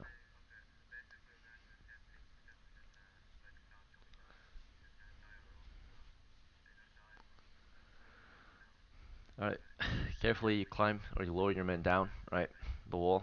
You don't see any stairs leading down into the courtyard. So, but you do see an entry point, it looks like, far to the east along the north side of the tower where the battlement stretches. So the north battlement leads to the entry into the eastern tower, right? The tower's also collapsed though, so the upper level has collapsed on the lower level. So as soon as you enter, you'll be looking down into the lower level, right? Alright, so you lower your men down into the ward. Your men have been lowered into the ward now. It's been another turn. So we've been, by the way, the current time is like probably you got here in a couple hours from morning. Your work shift started at 8, so it's around maybe 11 o'clock, 11 a.m. So it's near lunchtime. 12 o'clock will be lunch for your characters. They'll need an hour break to eat food lunchtime. Um, but moving forward, you have about an hour or two to explore this place before they get too hungry. All right. Yeah. So right now you can see that you're on the west side of the ward. You're just in the courtyard, right? Along the south side, you can see a stable, the remnants of a stable, and along the north side, you'll just see um, there's a well there. There's crates of supplies, old supplies, looks like, and you'll see like tables and chairs all along the north wall.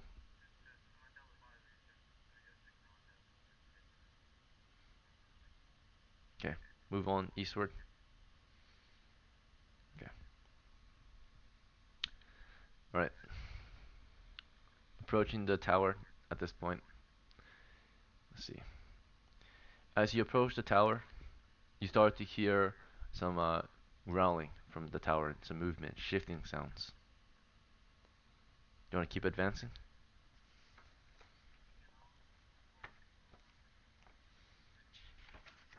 Okay. At this point, you might want to prepare a marching order and, wield some weapons. So we'll go down the list in this very moment. Himaya, you have your sling at the moment. Where do you stand in the marching order? All right, third rank. Okay, and then Jonathan, what do you want to wield? You have your spear out at the moment, and where do you want to stand?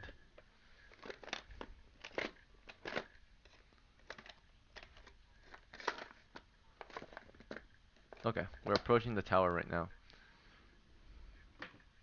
Yeah, rank and items.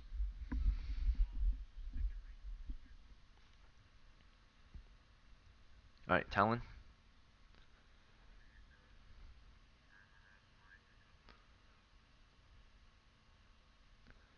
Okay, and Lorenzo.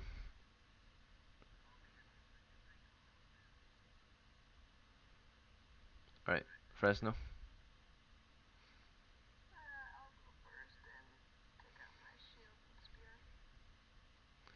All right, Frode.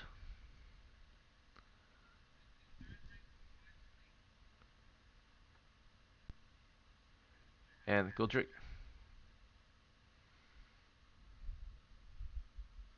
The rank is a tight rank right now.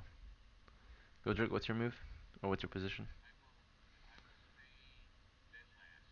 Fourth. Okay. With your 10-foot pole?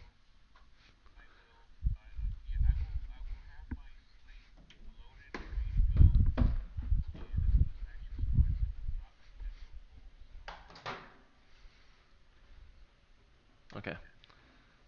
So your 10-foot pole, by the way, you can prod, right? But you're prodding from the rear, so you'll be poking at people's feet while prodding. Is that fine? Or are you just holding it? Okay. Very well. Send you to the front. Yeah.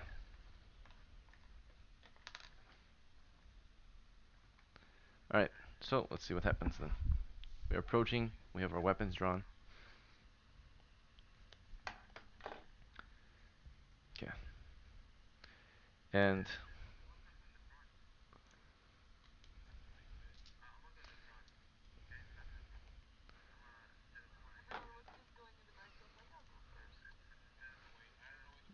Talon, you at the front now.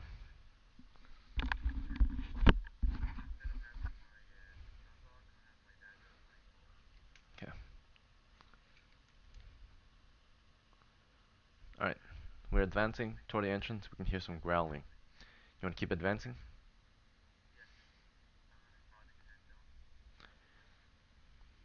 Okay. Yeah, you start to hear some growling. It's coming from within the tower. It's coming from the tower. Yeah. Yeah, it sounds like some animals growling. Shifting, growling, right? Movement. Alright. We are currently 30 feet from the entrance, closing in. We're at 20. The growling gets louder. Now you can see them. They step out for just a moment. You see just like one of them peek around the entry, right? What you see is some type of wild beast, right? Just its eyes going back at you. It's got kind of brownish, grayish fur, and then falls back into the shadows behind the entry. You guys want to keep going? You're at 20 feet.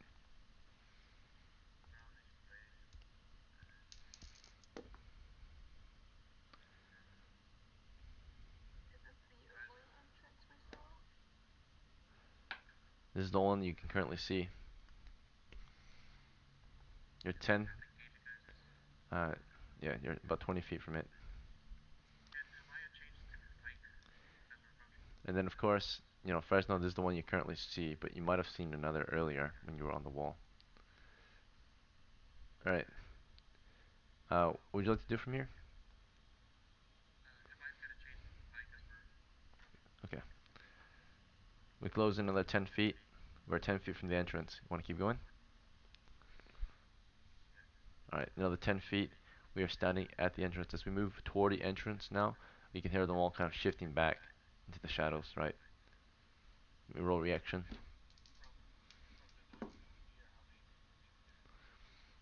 They're not making as much noise anymore now that you're very close. Now they're quiet.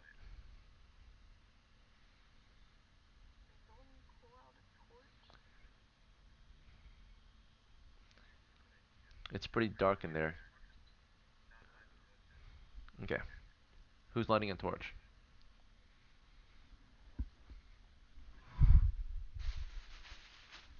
Alright. You have torches? Let's see.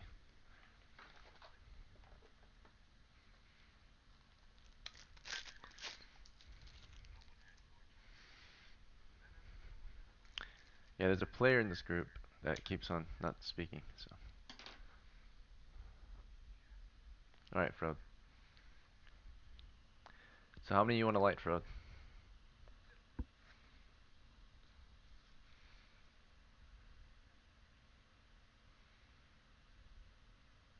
Okay. And who are you going to pass the torches to?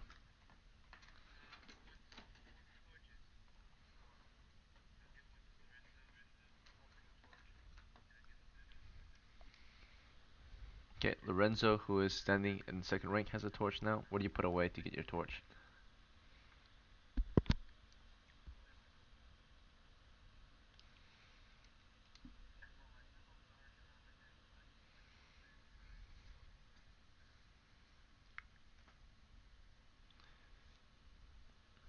Alright, and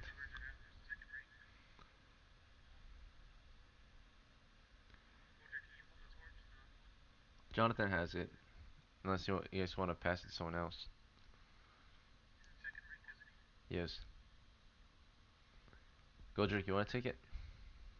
You can put your pole away and have a torch and sling. Okay. Alright, torches were lit. This is going to be considered turn 0.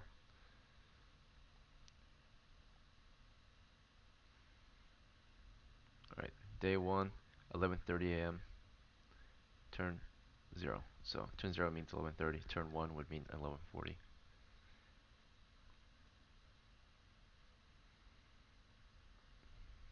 Alright, how do you want to proceed?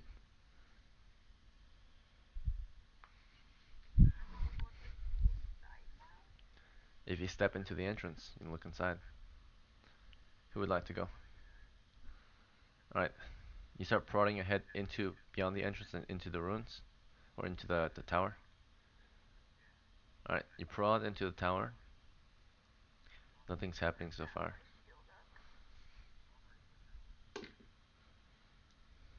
Okay, you just prodded. You want to keep prodding?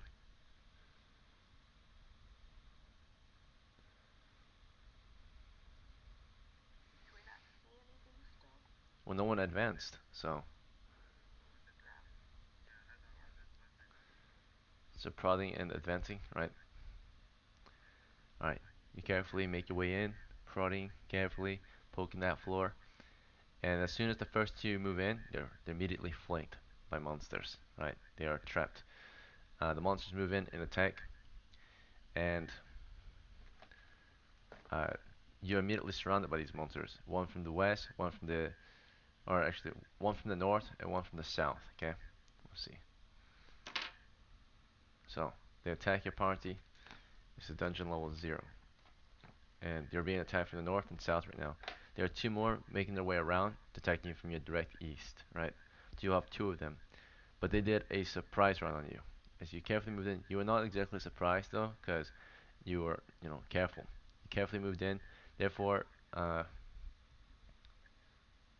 surprise would mean like you don't know where their position is, but you're watching north, you're watching south, right? You're carefully moving in. Therefore, we're just gonna roll for it if they get a drop on you or not, right? So, or if you get the drop on them, right? Meaning you have an extra round. If you're surprised, if if either side is surprised, they cannot act on round one, pretty much. All right, both sides surprised at first, so they didn't know when you would do it, and you didn't know when they would, right? But at first you would step in, right? It would be dead quiet for just a second as you advance, and then finally, as they moved in, you would be able to act, right? So there was a pause for a moment, right, before both sides would be able to act. Like you felt something there, and then it attacked you, right? Before it could attack you, you will all get to declare your actions because no side is technically surprised, and since both sides are surprised, or both side is surprised, right? So you both act at once. So we're gonna go down the list. You guys will declare your actions, pretty much. That's it. So starting with Himaya, what do you do?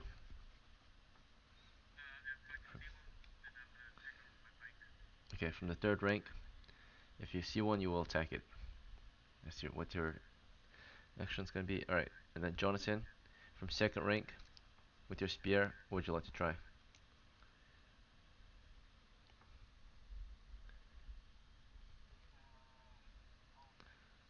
Okay, if you see one, you shall attack.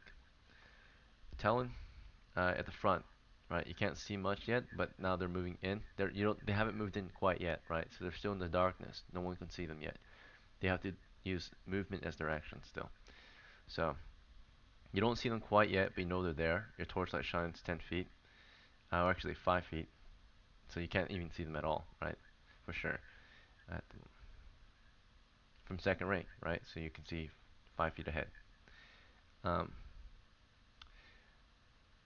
all right, Talon, back to you. Sorry, someone interrupted. What's your action? Okay.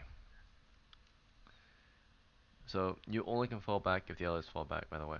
If they don't fall back, then you can't fall back. Lorenzo, what's your action? Lorenzo, sorry.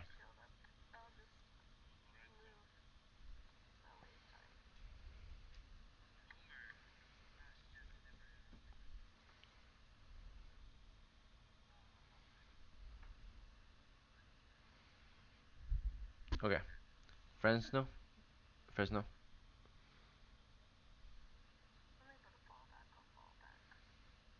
Okay. And then Frode.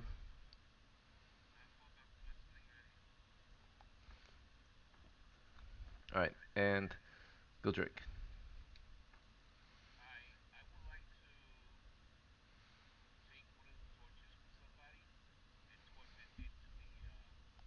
You have a torch.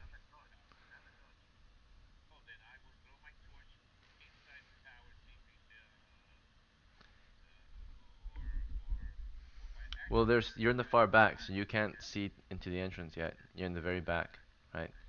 You can wait till next round when everyone clears the way or enters before you throw it. So right now you're in the far back. You're about 15 feet from the entrance. Do you want to throw it still? But there are people in front of you.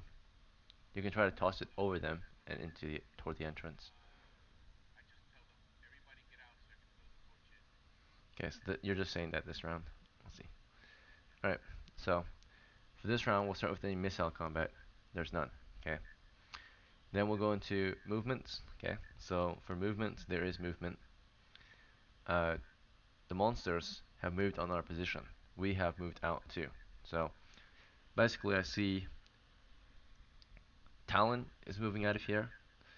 Uh, Talon, you were at the very front at first. As you move out of here, hopefully someone in the second rank moves out too. And I think they did. There is space to fall back.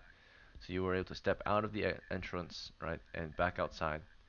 So as you went back outside, do you want to go north, west, or south? West is directly away. North is to the flank. South is to the flank. Okay. Okay, you move toward the south.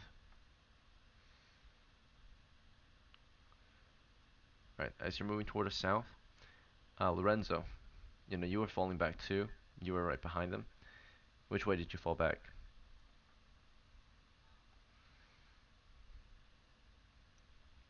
Okay, you fell back toward the north. And then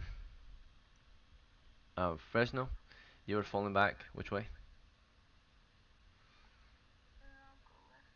West, directly away. Okay.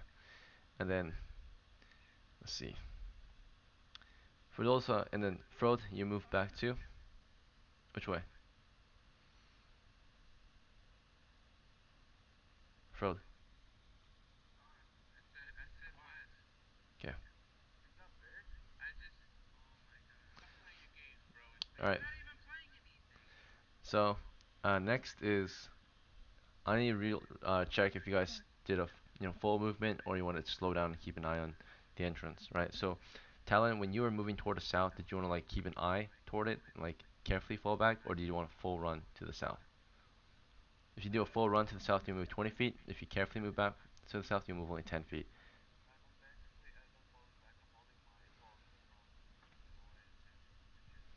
Okay, so did you move toward the south or did you move? I mean, you moved to the south, but did you keep your eye on the entrance then? Yeah, because you're keeping your pole toward it, so you move only 10 feet toward the south. Okay, so you're 10 feet south then. Let's see.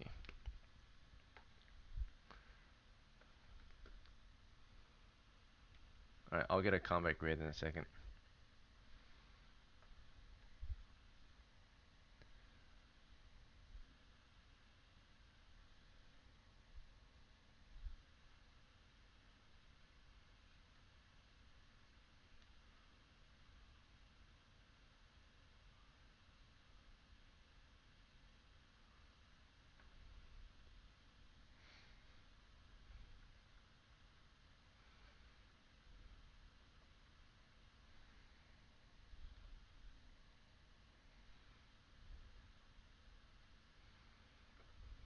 All right, let's swap this for the whiteboard. Okay, basically we have a party here. This is the south party, roughly 5 feet against the. You can't really fall back too far to the south because there's not a lot of space there. So, but you carefully fall back toward the south.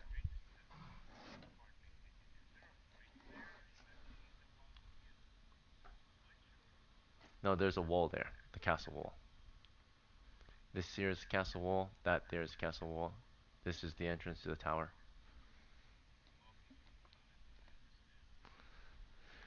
So we see that Talon moved toward the south alone. We saw that someone moved toward the north. This is Lorenzo, right? The reason I asked if you're going to carefully fall back mainly is so that I can tell if the wolves can catch up to you, right? But the wolves are moving in now. They exit the cavern and they make their way outside after you guys.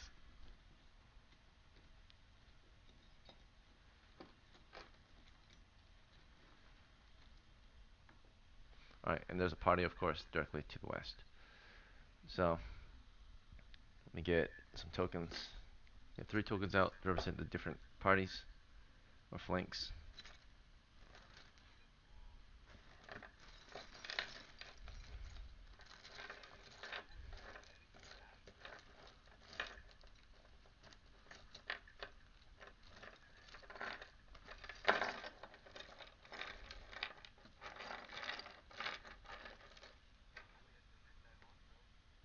Okay, so tokens are on the board. Let's see. At this point, hopefully, let's get the camera angle right.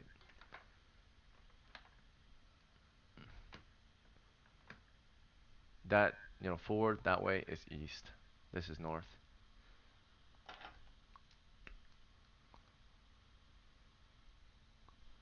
All right, so they're moving in, and movement is being completed. Right, we see most of you are falling back. The wolves are moving in to attack, but are stopped by some who braced for melee.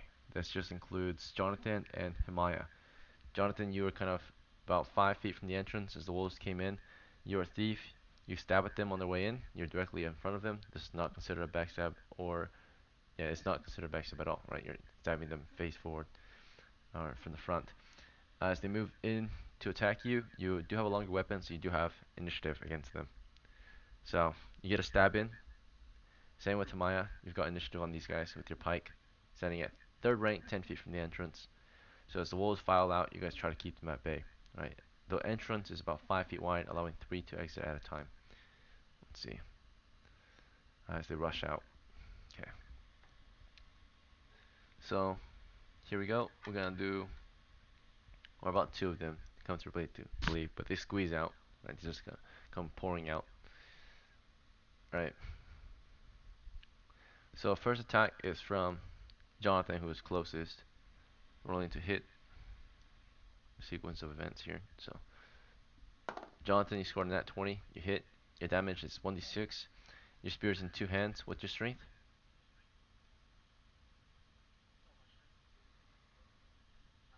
Okay, +1.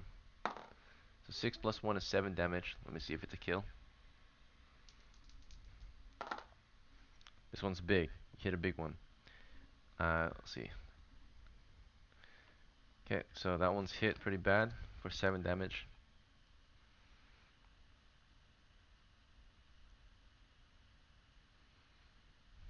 Okay, so.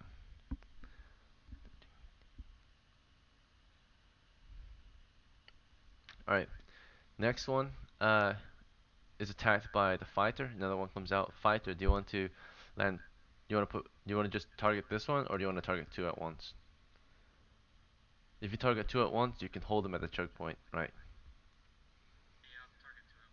Alright, so you'll quickly jab at one and poke at the other, right? Kind of just brandishing the end of your pike at them. Or poking at them, keeping them at bay.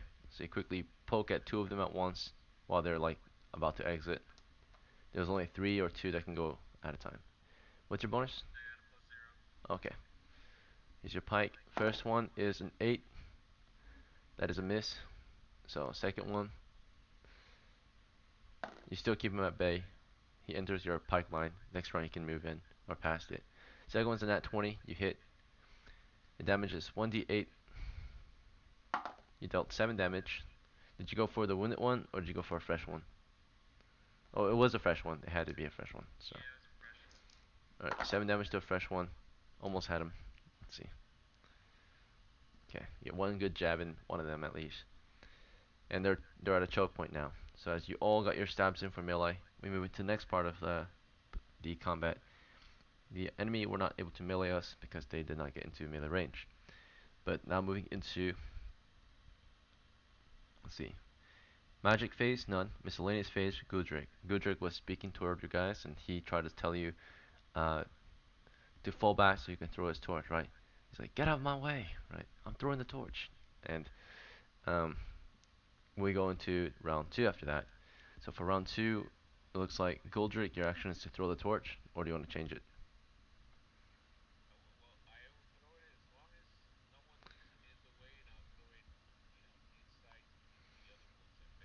Mm-hmm. So you toss your torch to them. Hopefully they might get scared of it.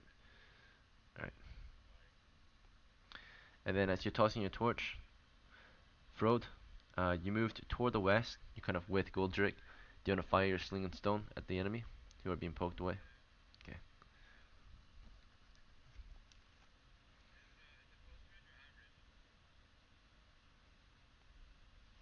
It's close range. Fresno, you're to the west. Did you want to join the spear line and attack the wolves? with Jonathan this round? Okay, good to go. All right.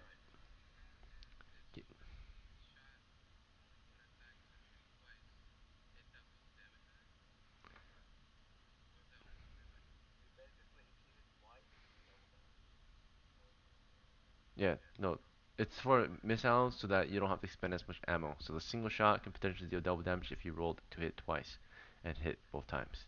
Make sense? That way you can reduce the amount of ammo that you shred. Right? Yeah, one shot for double damage if both hits. Right? If both attacks hit. Right? It just saves ammo, and also like it's just descriptive too. So those fighters that can swing quickly, fast, right, can do one heavy blow basically, or like multiple, normal attacks, right? So lighter attacks.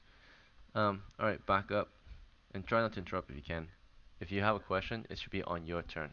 Thinking questions is, your action. Okay, you should know this moving forward. So this round, first throw, you did interrupt. You're an old player here. You should already know this by now. You're not gonna shoot. You thought about how you would shoot though. So next round you can shoot. Lorenzo, your action this round. You're to the north. Okay. Talon, you're to the south. What's your action?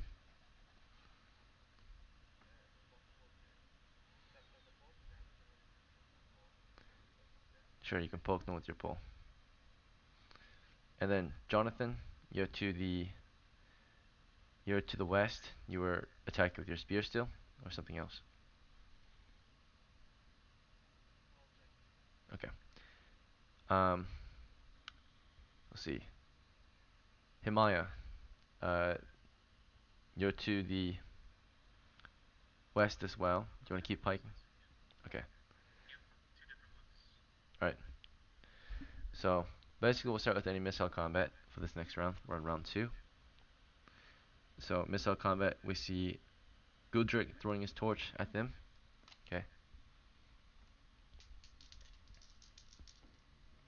So throwing your torch, you don't have to roll for it, but as the torch lands in their ranks, this is they're gonna react to it.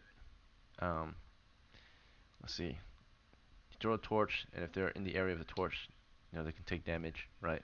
You throw it into the exit toward where they're all choked up at. Okay, so if they want to keep standing there, they'll take one damage each round. Let's see. But they probably will not want to keep standing there. So you've just tossed your torch so far, and another missile attack occurred during this round, which was Lorenzo, slinging a stone from the north flank. Lorenzo, you're barely enough distance from them. You're like barely 5 feet away from them, right? Just barely over 5 feet. So, but as long as they're not attacking you, I suppose you can shoot them at point blank. So, they're kind of choked up the entrance. It's called +1 for short range. Let's see. Yeah. So here we go. Dexterity +1. Okay. You hit, and let's see. Okay. 1d4. So you go for an injured. Okay, sure. You go for a weaker one among the ranks. One that was stabbed earlier by a pike. 3 damage.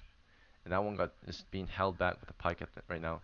You spun your stone, you slam it into it, or you shoot it, and the stone goes really hard down onto the into the side of the wolf, and it goes into the flesh, right, and the wolf like gets hit, squeals, and then crashes to the ground right on its side and dies. You got one down, one is dead. And then next, right after your shot, we go into movement. Okay, there those who are held back in your spear line advance, right? So they advance past your spear line, moving in past your spear line. In order to get them back into your spear line, you have to fall back. So there's so much space to fall back though, so you're good to go. Jonathan, Himaya, before you can even get your melee off, if you stand your ground, right, you will get attacked and you won't be able to fight back. So I'm assuming if you want to attack, you're gonna fall back, right, so they don't enter your spear line. Or I meant they stay in your spear line, right? So does that make sense? All right, but before this can happen, there's initiative. if you're not faster than them, they'll pass your spear line, and then it will just depend on movement speed, right? How far you can move back and attack. So basically, if you have the initiative, you will move before they do, and so they'll re-enter your spear line. But if they move before you, they'll pass your spear line and enter close melee with you. At that point, you have to do fine with rolls. So let's roll initiative. It's your party versus their party.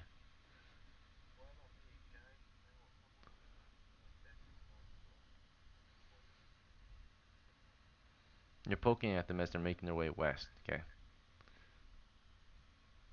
So if you, yeah, if they're moving toward you, you can hold them back. If they're not moving toward you, they can move it. If someone's in your spear line, they can move any direction but your direction if you're poking at them, right? So if you're poking at them from the south and they're not moving south, they can freely move west, right? Does that make sense? All right. So they're moving toward the west after this group because you're to the south. But they're moving and you're not poking yet because it's movement first, right? We're not attacking yet. So they're moving and the party's moving. We're in movement phase.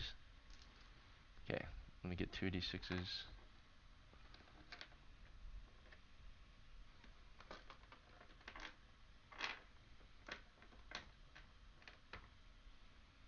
Okay. Here we go. All right. The party has it. So the party's able to move back again. They need to move back at least 5 feet in order to get them out of the spear line for a moment, and then they'll move back into the spear line. Okay. So you all move, together as one formation. Fall back 5 feet or 10 feet. How far back you want to fall back before you let them enter your spear line again? 5 or 10 feet. 5 is best. You save more distance, right? Unless you're trying to retreat. So if you're trying to fight still, just 5 feet is enough. It's the minimum that you need to fall back. So you guys fall back 5 feet and they re-enter your spear line, right? They re-enter melee from a distance. So, okay. Uh, that's movement then. What?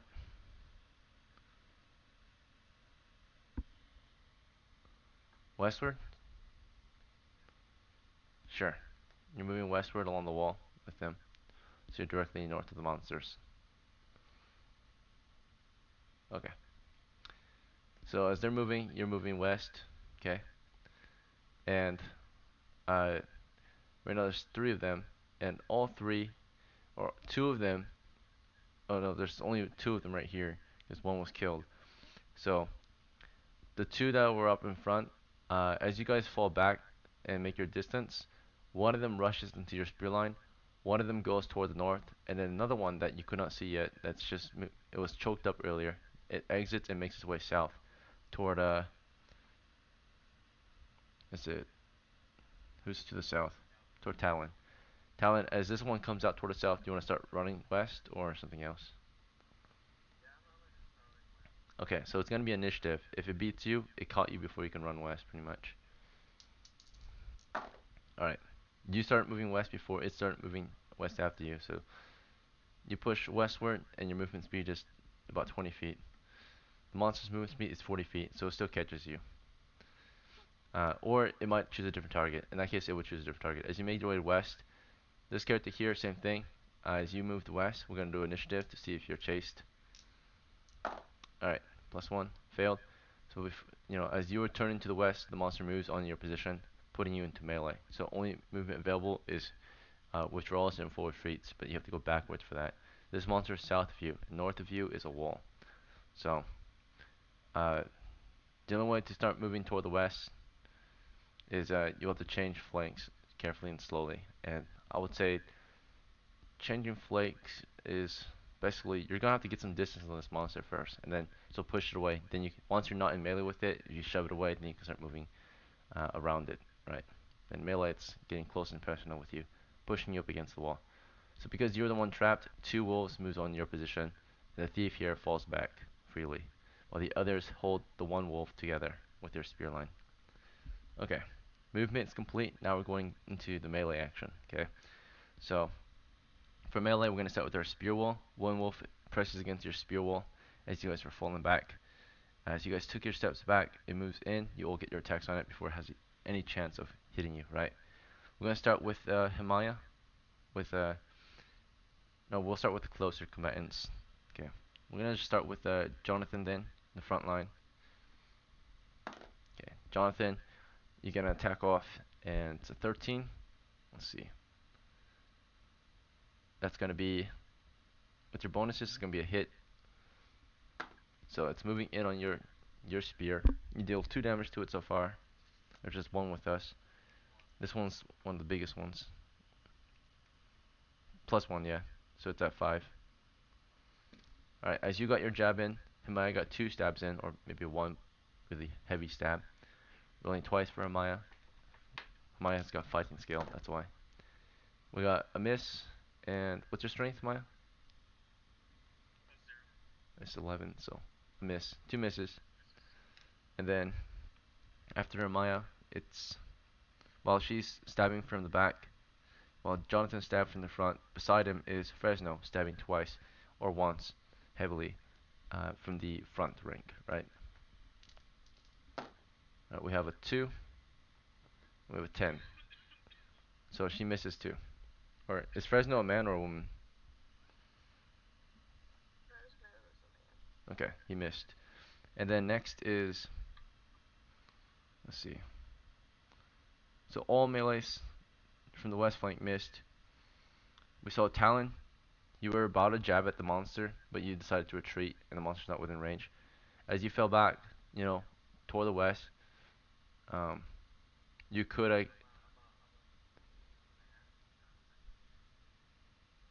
you moved back to the west. What's your attack then?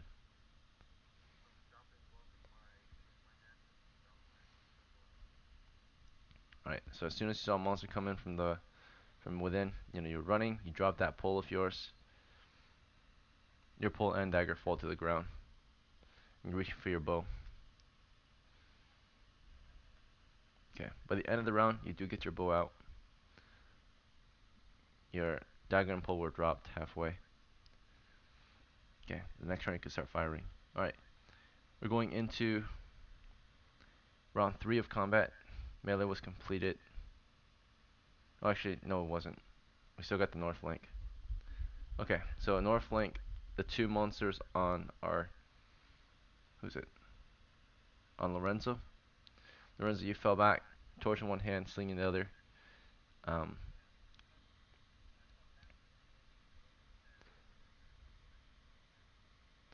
they were not targeting that one, right? They fell back, and you're too far away. You were trapped right against the wall. You're still basically in that corner still, with a wolf on you. So you're still at the corner. They fell back. You're not within range. And then that wolf though is attacking you. 2 wolves attack you actually. Let's see. First attack.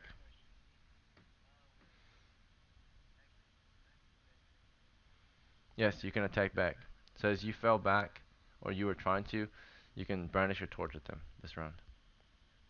Okay. So flaming torch, 1d2 for just the blunt force, and then it's gonna be 1d3 since it's got fire damage potentially. So rolling. Uh, the wolves move in with their bites. Your torch has a little more reach, so you'll get the initiative here against them as you brandish your torch at them. So here's your single attack against these 2 fresh wolves. 13. What's your strength? Okay, 12. You still managed to hit. You deal 1d3 damage. It's 3 damage to 1. Rolling hit points. This one's massive. Okay.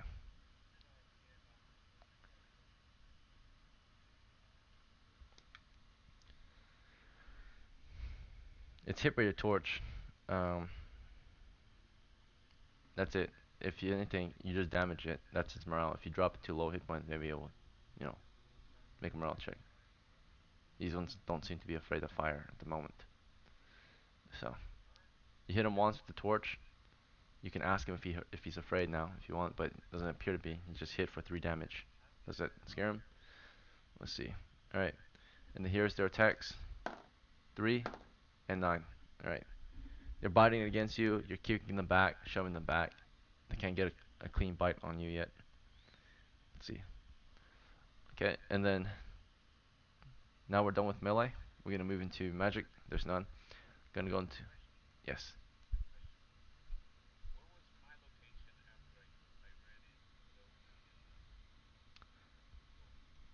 You were falling back probably to the west with the other spearmen as soon as you threw it, because they were pushing you back as they fell back. Unless you wanted to stay and get attacked by one wolf, but you would be in the spear line. Okay. Yeah. So you're with the west flank right now.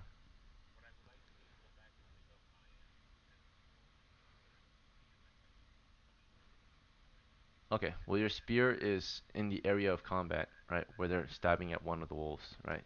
It's to the east. So until that wolf is killed, you can't safely get your. Yeah, they fell back westward. You were west. You fell back with them.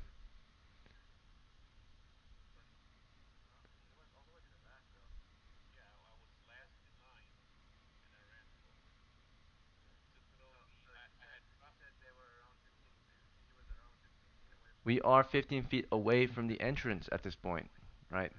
We're past that. We fell back 5 feet. The party who was stabbing at them as they exited was 10 feet away at least, or 5 to 10 feet away from the entrance. They fell back 5 feet, so they're about 5 to 10 feet. So where they're standing is in where the torch or where the items are would be if he did drop anything, right, which was his 10-foot pole in that moment, I guess. Did you drop your 10-foot pole, Guldrick, or did you have it?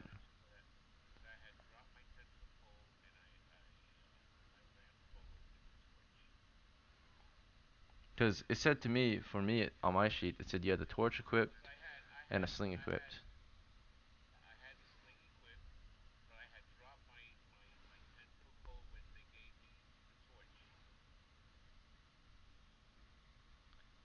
In the middle of combat? That never happened. I'm pretty sure you're wearing your 10-foot pole. I was prior. Oh, okay. If you had your torch and sling equipped, you probably were wearing your pole then, by then, right? Before. Did you drop it during? Did you drop your pole in the middle of combat, like, or was it before combat? Because if it was before combat, you didn't drop it then. You stowed it.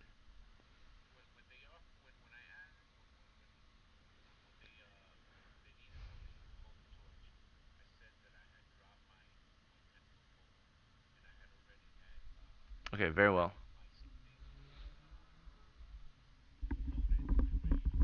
So where they're standing, right, where your men are standing, their front line is currently 10 feet from the entrance. Their back line is 15 from the entrance. If you start at your position from 15 feet away, then your pole is at the feet of where their back line is. So if you grab there, that's fine. What?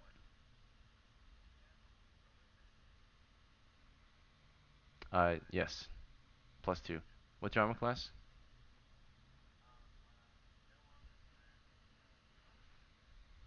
So armor class 8.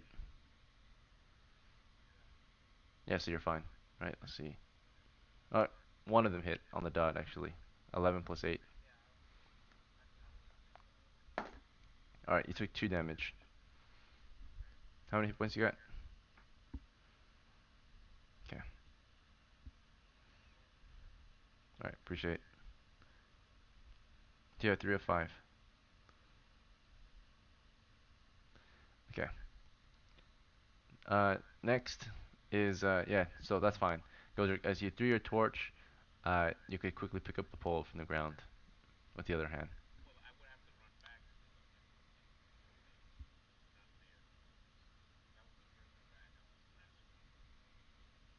Your position was 15 feet from the entrance, and where currently Himaya stands, who's in second rank of the western flank, she's 15 feet from the entrance. So at her feet is where your pole would have been then, if you dropped it.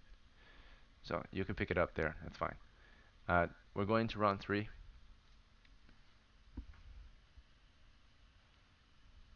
Okay. So we'll say that you attacked that round, so this round you're picking up your pole for your miscellaneous action. Let's see. Miscellaneous action is an action.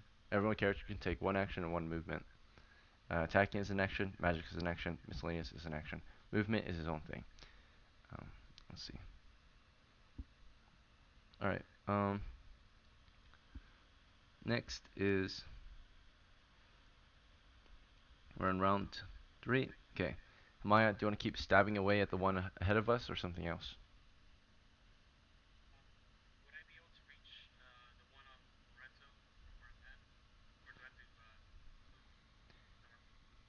You're currently 15 feet from the entrance. It's just outside the entrance, attacking northward. There are two of them. So that means they're about 15, 10 feet away from you. Your pike can actually reach about 15 feet, so you could reach them. Okay. You just need a clear line of fire. Yeah, or you need a yeah clear flank. So you move north, and you're gonna attack from the north toward the other ones. Okay, that's fine. All right, and as you're moving toward the north to attack, movement to melee. Jonathan, you wanna hold the line and keep stabbing away at the one in front of us?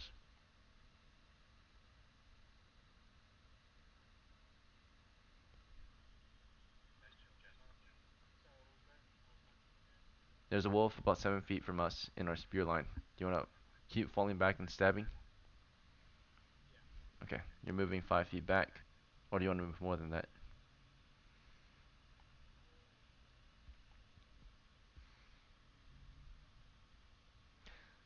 Okay, Talon, you're to the south. You wanna start poking away with your pull? Oh, right, miscellaneous. Okay.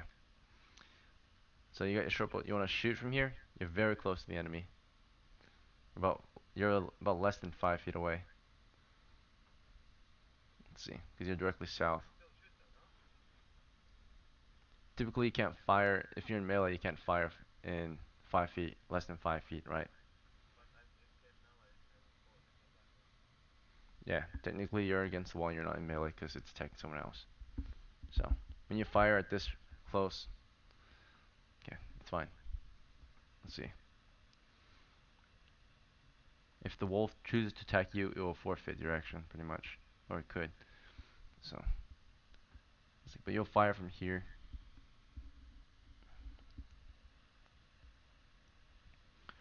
Okay, and then Lorenzo, you're to the north. Uh, you got a torch and sling in hand. You want to keep using your torch or something else? How do you back away? You're pressed up against the wall. Yeah.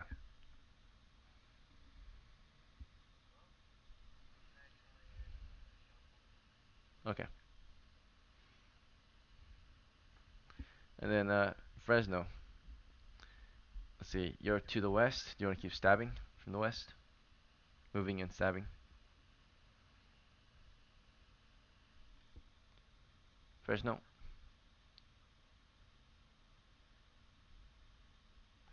Very well. All right. And Frode. Shooting from the west. Okay. Well, you were falling back and shooting. Uh, or you shot. You'll shoot and then fall back again. So move and shoot. The monster is in melee with your guys now. If you fire and you miss, you're gonna hit your guys, right? Is this fine? You got multiple guys in front of you right now.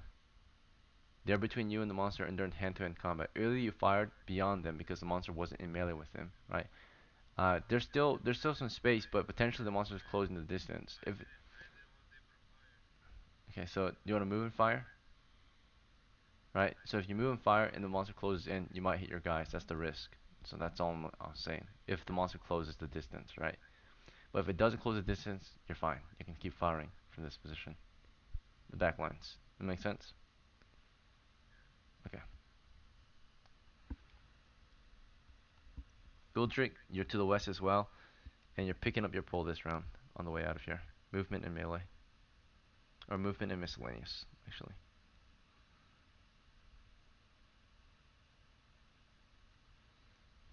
Okay, so pretty much what happens is we start with any missile combat. So Talon directly to the south, you fire at the one north of you, which is in the spear line at the moment. Okay,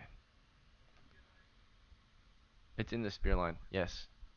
Because you're firing from its flank, and it's not really attacking you, you get a partial backstab. So you want +4 or double damage.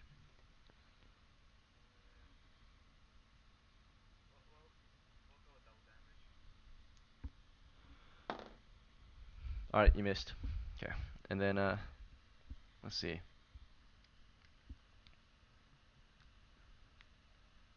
Next is, oh yeah, -1 arrow, by the way.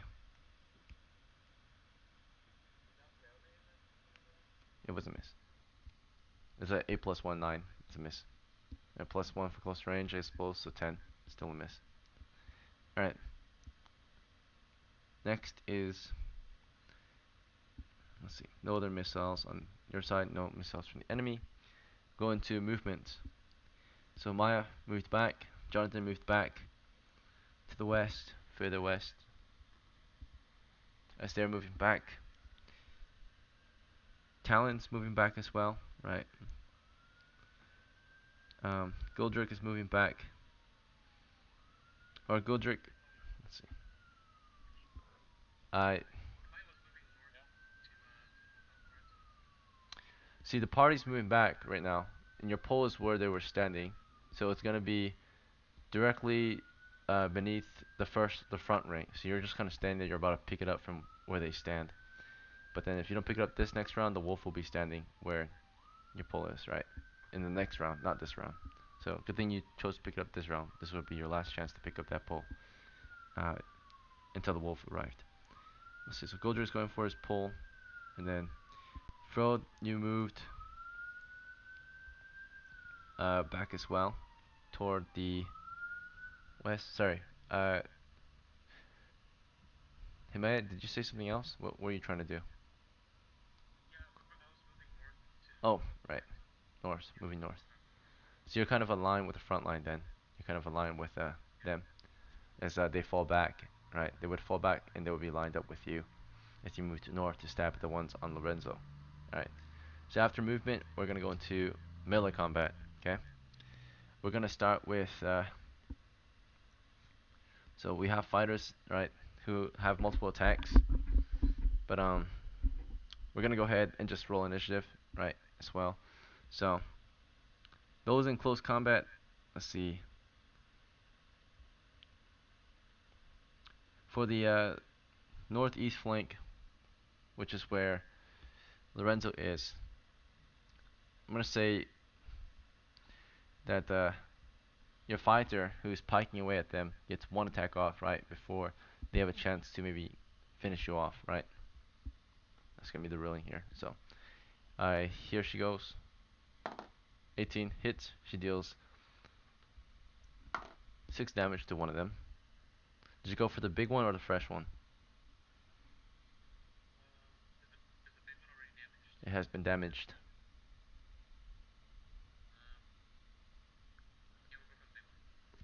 Alright, it's not dead yet.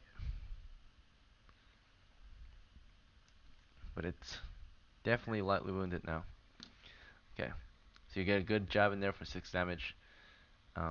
And then as you stab it, of course, your follow-up action, we're going to do initiative for this one. Monsters have it. They have their chance to rip him apart before he has a chance to brownish his torch. They're in close melee with him now. Close melee torches usually, or normal melee weapons usually just automatically lose initiative. You're in close melee with them now, so that's bad, right? They have initiative now for the rest of it, unless you can fall back. So pressed up against the wall, teeth are better than your torch now, right? Initially, the torch would be good, but now that they're pressed up against you, they have the advantage for the remainder, unless you can fall back, which you can't. All right, rolling their attacks. 16, 6. One of them hits and deals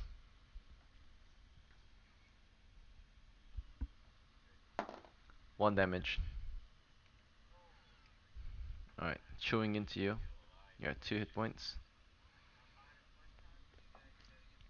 Here's your attack. You're returning the favor. Here's your torch brandishing at them. 15 hits, D3 damage, 2 damage to the big one or the fresh one. Okay, it's wounded again. 3 hits on him. He's still standing. Alright, here comes the pike. The last pike attack. 12 with bonuses.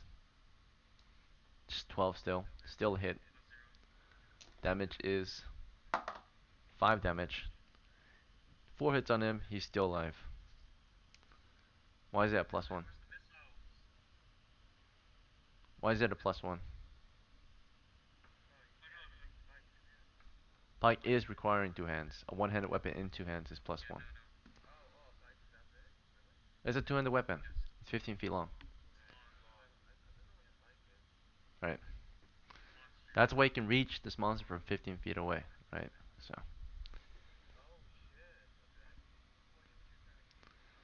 Okay. All right. So as you're piking away at the last ones, he survives another round of horrible combat. You know, this little holy man being attacked by, mauled apart by two wolves. Going to the other melee, the front line to the west. This is Jonathan and Fresno. Right, Fresno, are you with us? All right. Fresno did not back up in that moment, and the monster closed in on Fresno. Right. So Jonathan, when you backed up, you could not reach the monster anymore. You're like, Fresno, get back here! Right, and she's out of it. Right. As she's stabbing away, she just kind of breaks out of it. Right. The monster closes in on her, crashes into her, and starts tearing her apart. Right. Rolling to hit. She kind of just stands there. And if you're not attentive, you can't defend yourself, actually. So the monster just automatically hits. You want to move back in and stab, or do you want to pull her back or something? Okay. That'll be your next action, right? So you didn't know she would do that, because typically when you declare your actions, you guys are not supposed to be able to change your actions. You just lose your actions if you can't perform the action you were supposed to do. So until next round. So basically, Jonathan, you were falling back. You thought she would be with you, right? But to your surprise, she did not fall back with you this time. She gets taken down by the wolf. You try to reach for her next round, pull her out of there, but the wolf gets her. It's in melee with her and starts chewing into her and causes her 2 damage. Fresno only had Fresno had 7 hit points. Okay, he's at 5 of 7. He takes it like a champ. He's just kind of standing there, breaking down right as it chews into his forearm. Okay, as Fresno's being chewed up, back to let's see. Did you, as you fell back, right? You want to push forward again and start stabbing with your spear, Jonathan? Okay, get that attack off. So you would step back, move forward, stab, stab, right? Here's your 2 stabs, or here's your 1 stab. Alright, it's not a back stab because you're still in the front. Um, rolling to hit, 10 with your strength. Okay, missed. You try to get in there with a stab, right? You're stabbing and poking at that monster just kind of like twists and turns and pulls away from your stab, right? You miss. As you're missing, we're going back to who else is in melee? Let's see. I think that's it. I went down the list. You picked it up this round, so next round you'll stab with it.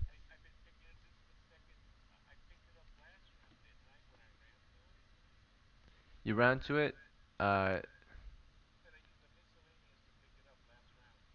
right? But you had a missile attack last round, didn't you? He threw his torch.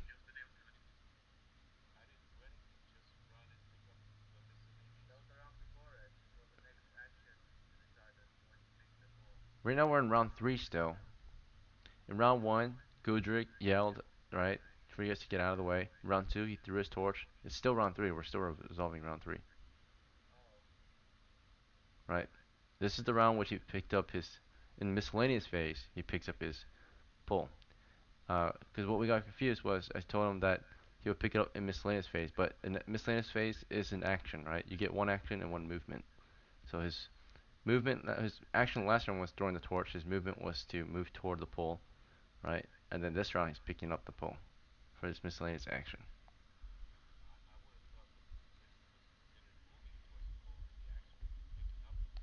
Yes, you move toward it. You're picking it up this round because miscellaneous comes at the very end of a round. Round 3 still. Yeah, because the people keep asking questions, so the combat moves super slow, right, per round. So and it feels like that, yeah, because miscellaneous comes at the end of each round.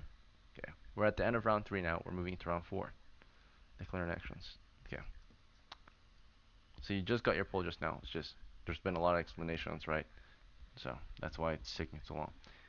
Try to move forward. If there is any questions or explanations, it will be your action. Okay? Because this is supposed to be 10 seconds, right? Each round. So it's supposed to be quick and fast. I'm not gonna really justify any questions anymore. Whatever. I'm just gonna move down really quick. Hey Maya, your action. Okay. Jonathan, your action.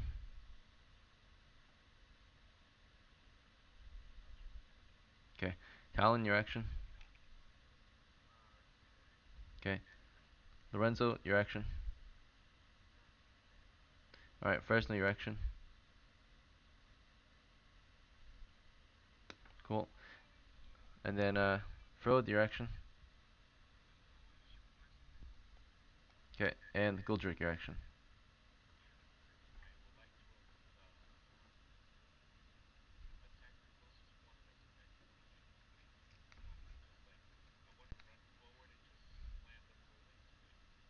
Good to go. All right. What actually happens for round four is we'll start with missile phase. So in the sequence, missiles are first. Talon gets a shot off from the south, firing north into the one very close to him, rolling to hit. Nat 20 hits. The damage is one damage. Sure. Uh, double damage. Two damage. Okay. So as this, yeah. Let's see. It's just standing there. You're to the south of it. It's chewing into one of your guys. And as it's chewing into one of your guys, you're just shooting into it. You shot, you know, from behind it, kind of, right? Southeast of it. 2 points of damage. Let's see. It's not dead yet. Takes another hit. It's still alive. Alright. As it gets shot in the shoulder or the back, right? The party continues fighting against this thing. That was just one of our shots for the round. There's another shot coming from Frode. Frode is to the west. Okay, Frode, here's your shot. Going to hit. 8. I think I forgot to roll to hit last round too for you, Frode. So I'm gonna roll twice for you, or three more times for you. Cause you did take the shot, right? Or no, you didn't want to, cause you didn't want to shoot freaking Fresno in the back. Like I said, if they didn't move back, you would shoot them in the back, right? And they didn't. Fresno was in melee, so because she entered close melee with it, if you fired from where you are, which is west, you would shoot her because she's directly in front of the monster. So she's between you and the monster. You have no clear line of fire. So that's why you didn't shoot last round. In this round, same thing. If you want to fire, you're gonna shoot through Fresno to shoot. Do you want to take the shot, Frode, or what do you want to do? Or do you want to move? Are you taking the shot? You're spinning your stone right now, and you're about to. You take it? Okay, you take the shot. She provides monster +4 cover, right, with her body. It's almost impossible to hit the monster because she's there, right? So let's see. You take two shots or just one shot? One heavy shot or one normal shot? All right, you took the risk. You missed, so then now she's a target. Rolling. You hit her in the back, and you deal 4 damage to her. So she's struggling, right? And you hit her in the back, and you hit in the back of the skull, right? Boom, right? She's like in a daze, right? On her knees, being ripped apart as you hit in the back of the head. Friendly fire. Nice. Very rookie mistake. Let's see. We never learn, I guess, right? Let's see. Let's see. After all this time, it's you can clearly easily just move to a different flank and shoot, but we choose to do this over and over. Let's see. It's like we like backtrack, become level 1 players again with level 1 characters. Let's see. Um, all right. Going into let's see, that's missile phase ending. Going to movement phase. So, Jonathan, right? You did not move much this round. You see that she's up there in the front, being torn apart. Your action this round, did you want to stab the wolf still, or did you want to try to pull her out of there? Okay, so you try to break her free from the monster's attack, replacing, right, intercepting pretty much. So basically, you'll just move in there and take the attacks for her. So you kind of run up there and try to intercept the monster's attacks, right, or get between her and the monster. So let's see if that works out. Um, Right now we're in a movement phase. As you're moving up there, we do see Fresno move as well. Fresno was no, she's not moving at all. She's just standing there. Never mind. Frode is not moving. No one else is moving. You're the only one that moved this round. So in the next round, or sorry, in the next phase, it's melee phase now. We're gonna start with we're just gonna start with the northeast flank. So my right is able to get one jab in before the wolves have another chance to kill her friend. 15 hits. She deals 8 damage to one. You go for the wounded one or the fresh one. Finally, you get that one killed. Here's your second attack before that shift. The monsters win. This one has one more chance to kill our cleric before you guys can retaliate. Alright, it doesn't work. It's not individual initiative. So, alright, in this situation. Alright, so either way it's simultaneous. And monster misses, right? And also, either way you lose initiative because you're using a normal sized weapon. So, against a close melee. So here we go. This is your torch being brandished at it. You're kind of shoving it off, trying to hit it with that torch. Hits, D3 damage. 1 damage this time.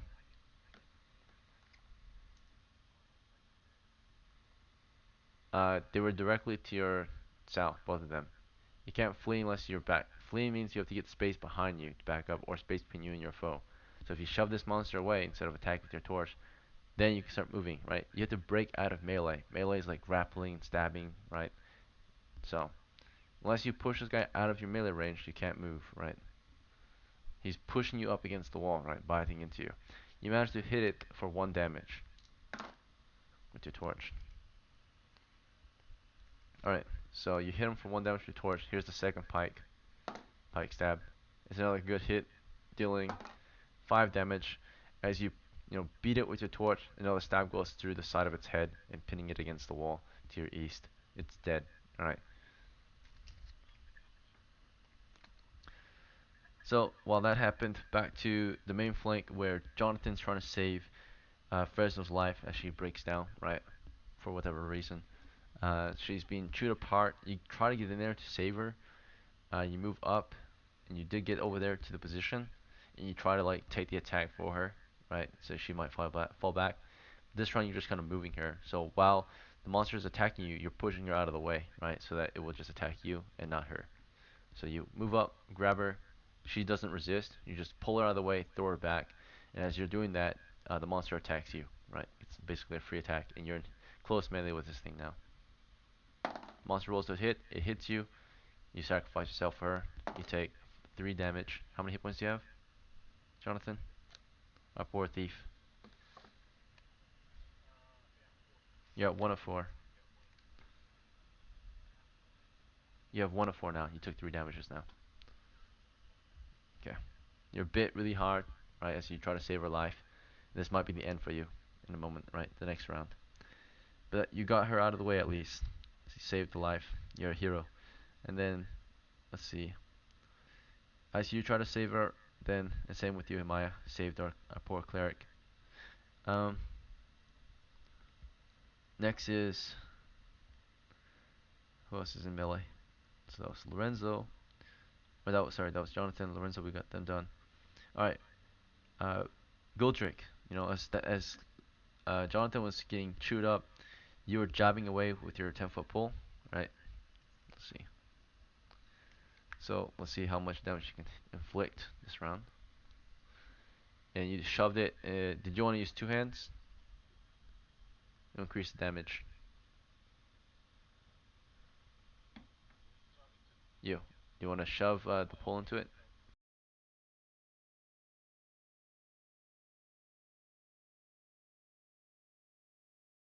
with 2 hands? Alright, a 2-handed shove, right? You jab as hard as you can.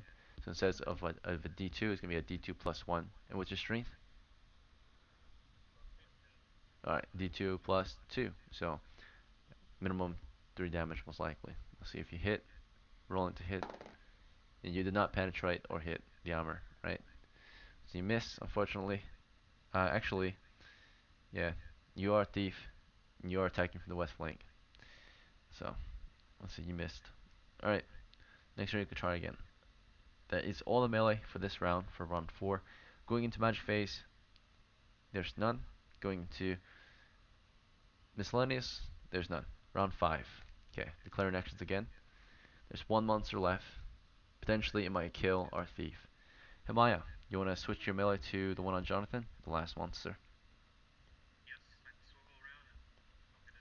Good. Alright, Jonathan, you're in close melee, your spear has become useless as it chews into your arm. You want to just beat it in with your fist? Or something else? Okay, you try to full retreat or fighting withdrawal. Fighting withdrawal means you can like shove it and push it and fight it off as you're falling back, but it doesn't guarantee retreat. Full retreat means you fall back fully, but then the monster has an advantage to hit you, right? A better chance to hit you because you're turning your back to it. So, full retreat or fighting withdrawal?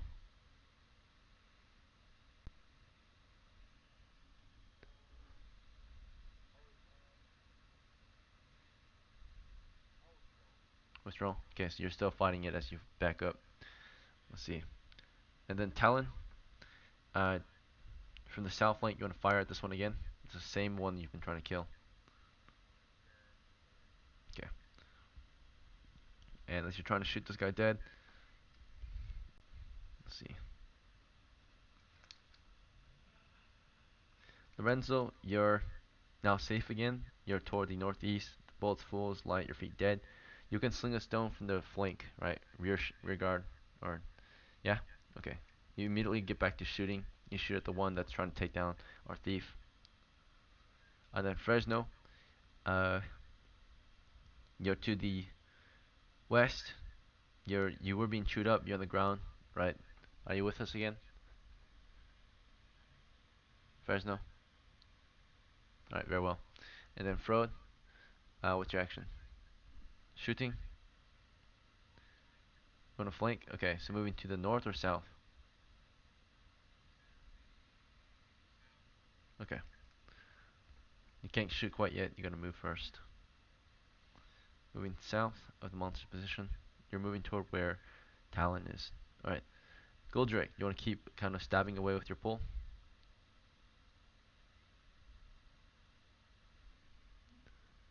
Goldrake,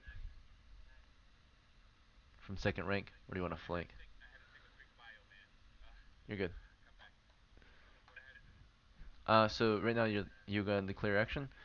The party is kind of holding this monster back at the moment, trying to at least. Do you want to keep like jabbing away from the distance from the west flank?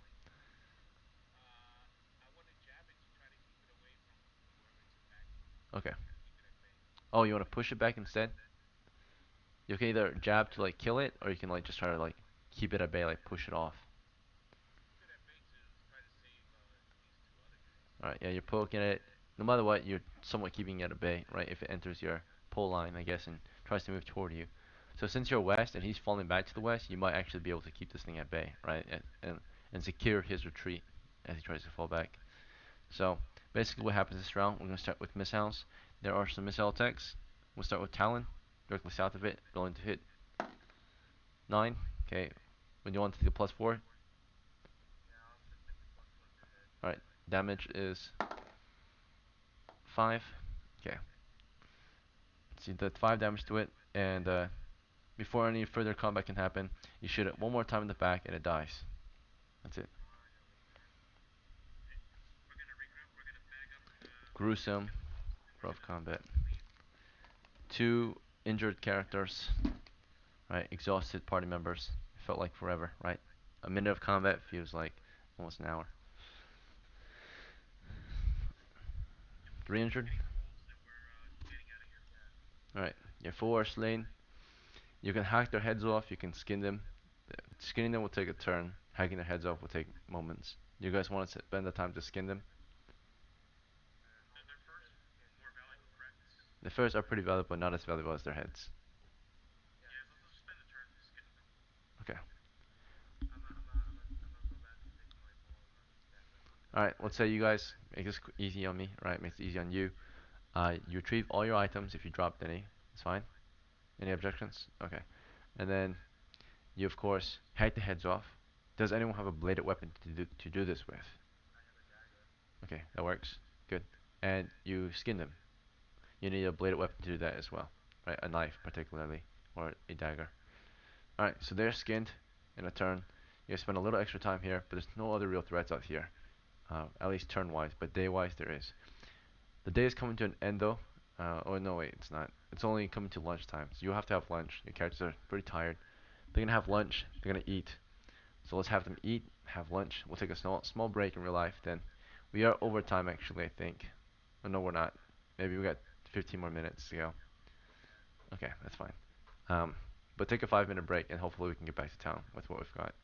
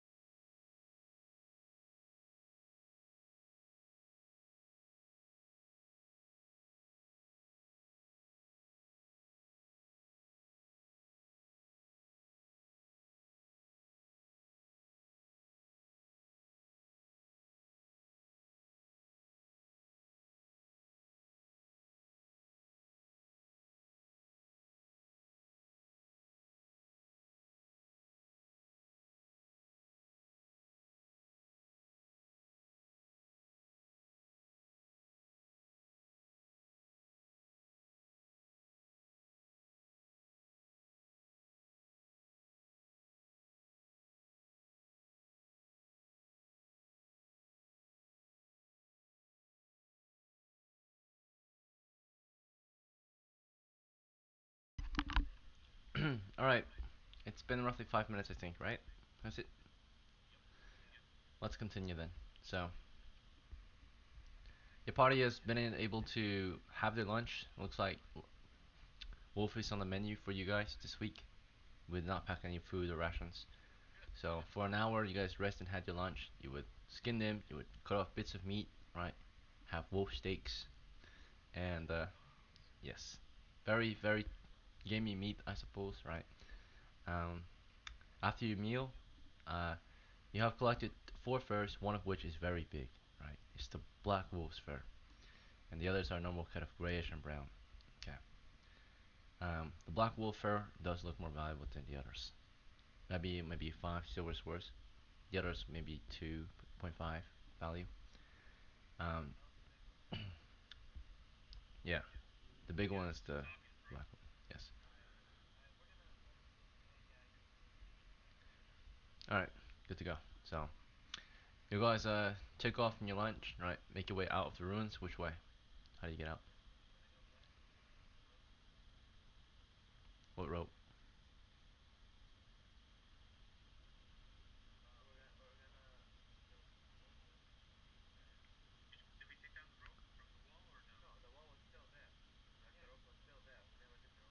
Okay, very well. So you kept it tied on the Merlon. You did not retrieve it on your way down. Very well. So it's still hanging there. You start to climb. You send your thieves up first to pull your men. Is that fine? Okay. All right. And then they'll pull your men up. They'll hoist them down to the other side eventually. It'll take about 2 turns, up to 30 minutes, right? Once you're all settled in outside of the walls, those who made their way onto the other side of the wall, are you guys gonna do something stupid and break formation, or are you guys just gonna wait and stand guard, or what do you guys want to do when you get to the other side? Okay, so you wait for your men, you watch out for monsters as the rest of the men start to make their way down. Those who were waiting their turn, you would of course just provide security and wait to leave. Everyone eventually exits and nothing else occurs, right? So, um, you're all outside the wall now, on the west side. From here, where do you want to go? Alright, you untie it, right, then you climb down the sheer surface and you're good.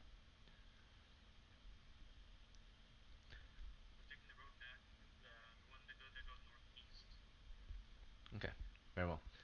Uh, you get down from, you're on the west side, right? There's no road here, so do you go north or south first to find a road? Okay, you go north, the road goes east, then southeast, and then east. Is that fine? Alright, the road leads you east across open grasslands for many miles, about 6 miles.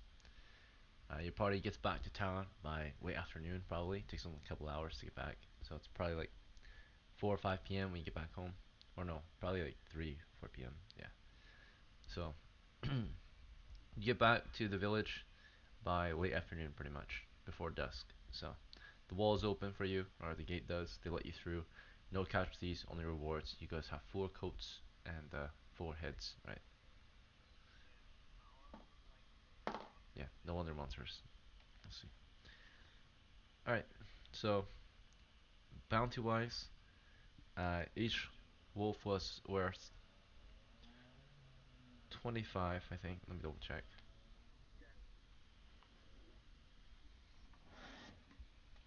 The big one just has a bigger fur. That's it. Let's see. But the head is the same as the others. Just a black head.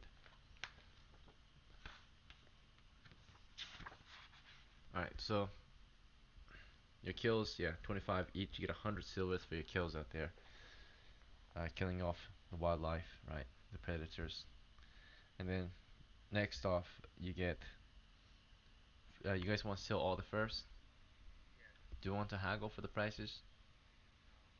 Okay. So in that case, you will receive 7.5 for the normal ones. We'll just round it up to 8, and then get you 5 for the big one. So 13. 13 plus 100 is 113 for your loot this week. 113. Alright, let's go over the shares. No retainers, just shares. So Maya gets a share.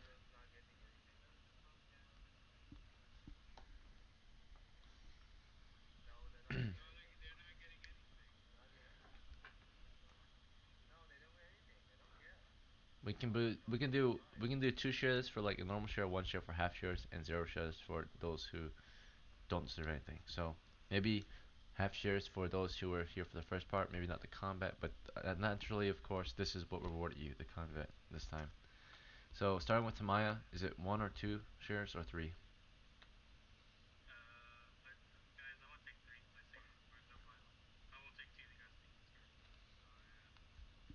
Tamaya did get two of the kills, right? So that's half of the bounty. So three shares is considered 1.5, pretty much, right? So Maya gets three shares. Jonathan, should we send him two? I might say that if you got a kill, you might get three shares, right?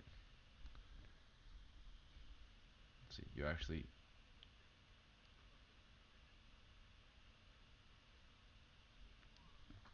are we in agreement?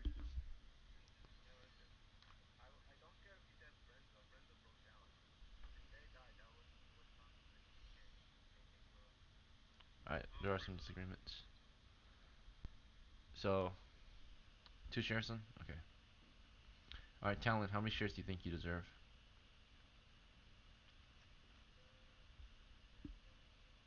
You did. You shot one and got the final kill, or the killing shot, right?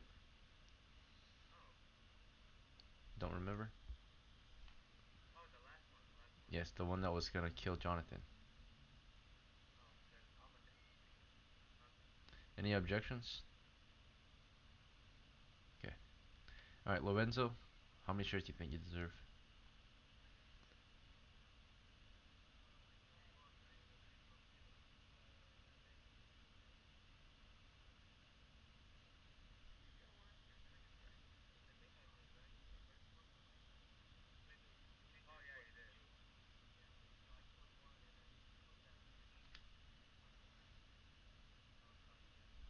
He was really brave. Yeah, he held off half the. He held off more than half the. He killed one and held off two, basically. Bought you guys time to try to. He bought you guys time to kill one wolf, which we almost did not manage to kill on time, right? So, all right, three shares, and then Fresno, no shares. Okay, Frode.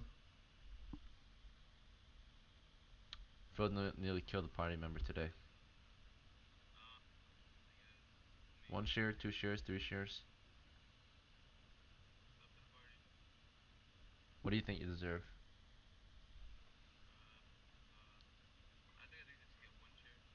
Any objections? All right, Gildrick, how many shares do you think you deserve?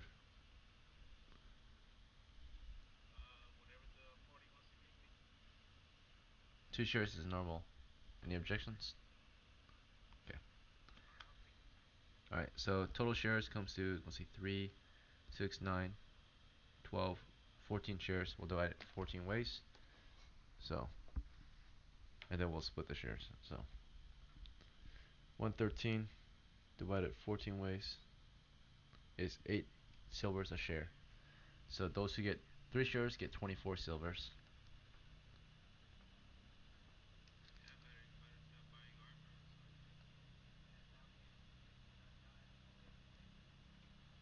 And those who get 2 shares get 16 silvers.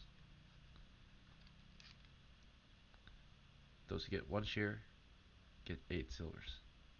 There's probably some remainder, so let me double check. 24.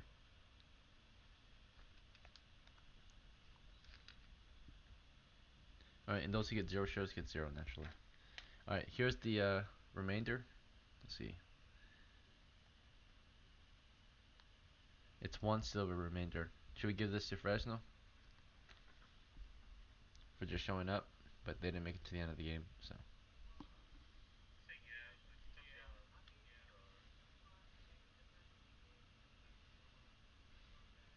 She did get some hits in, right?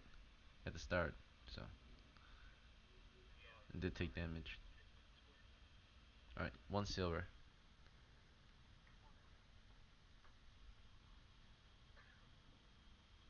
Alright, and that's the end of today's adventure. So, thank you all for playing, and I hope to see you at the next one. Have a good night, or have a good rest of your day.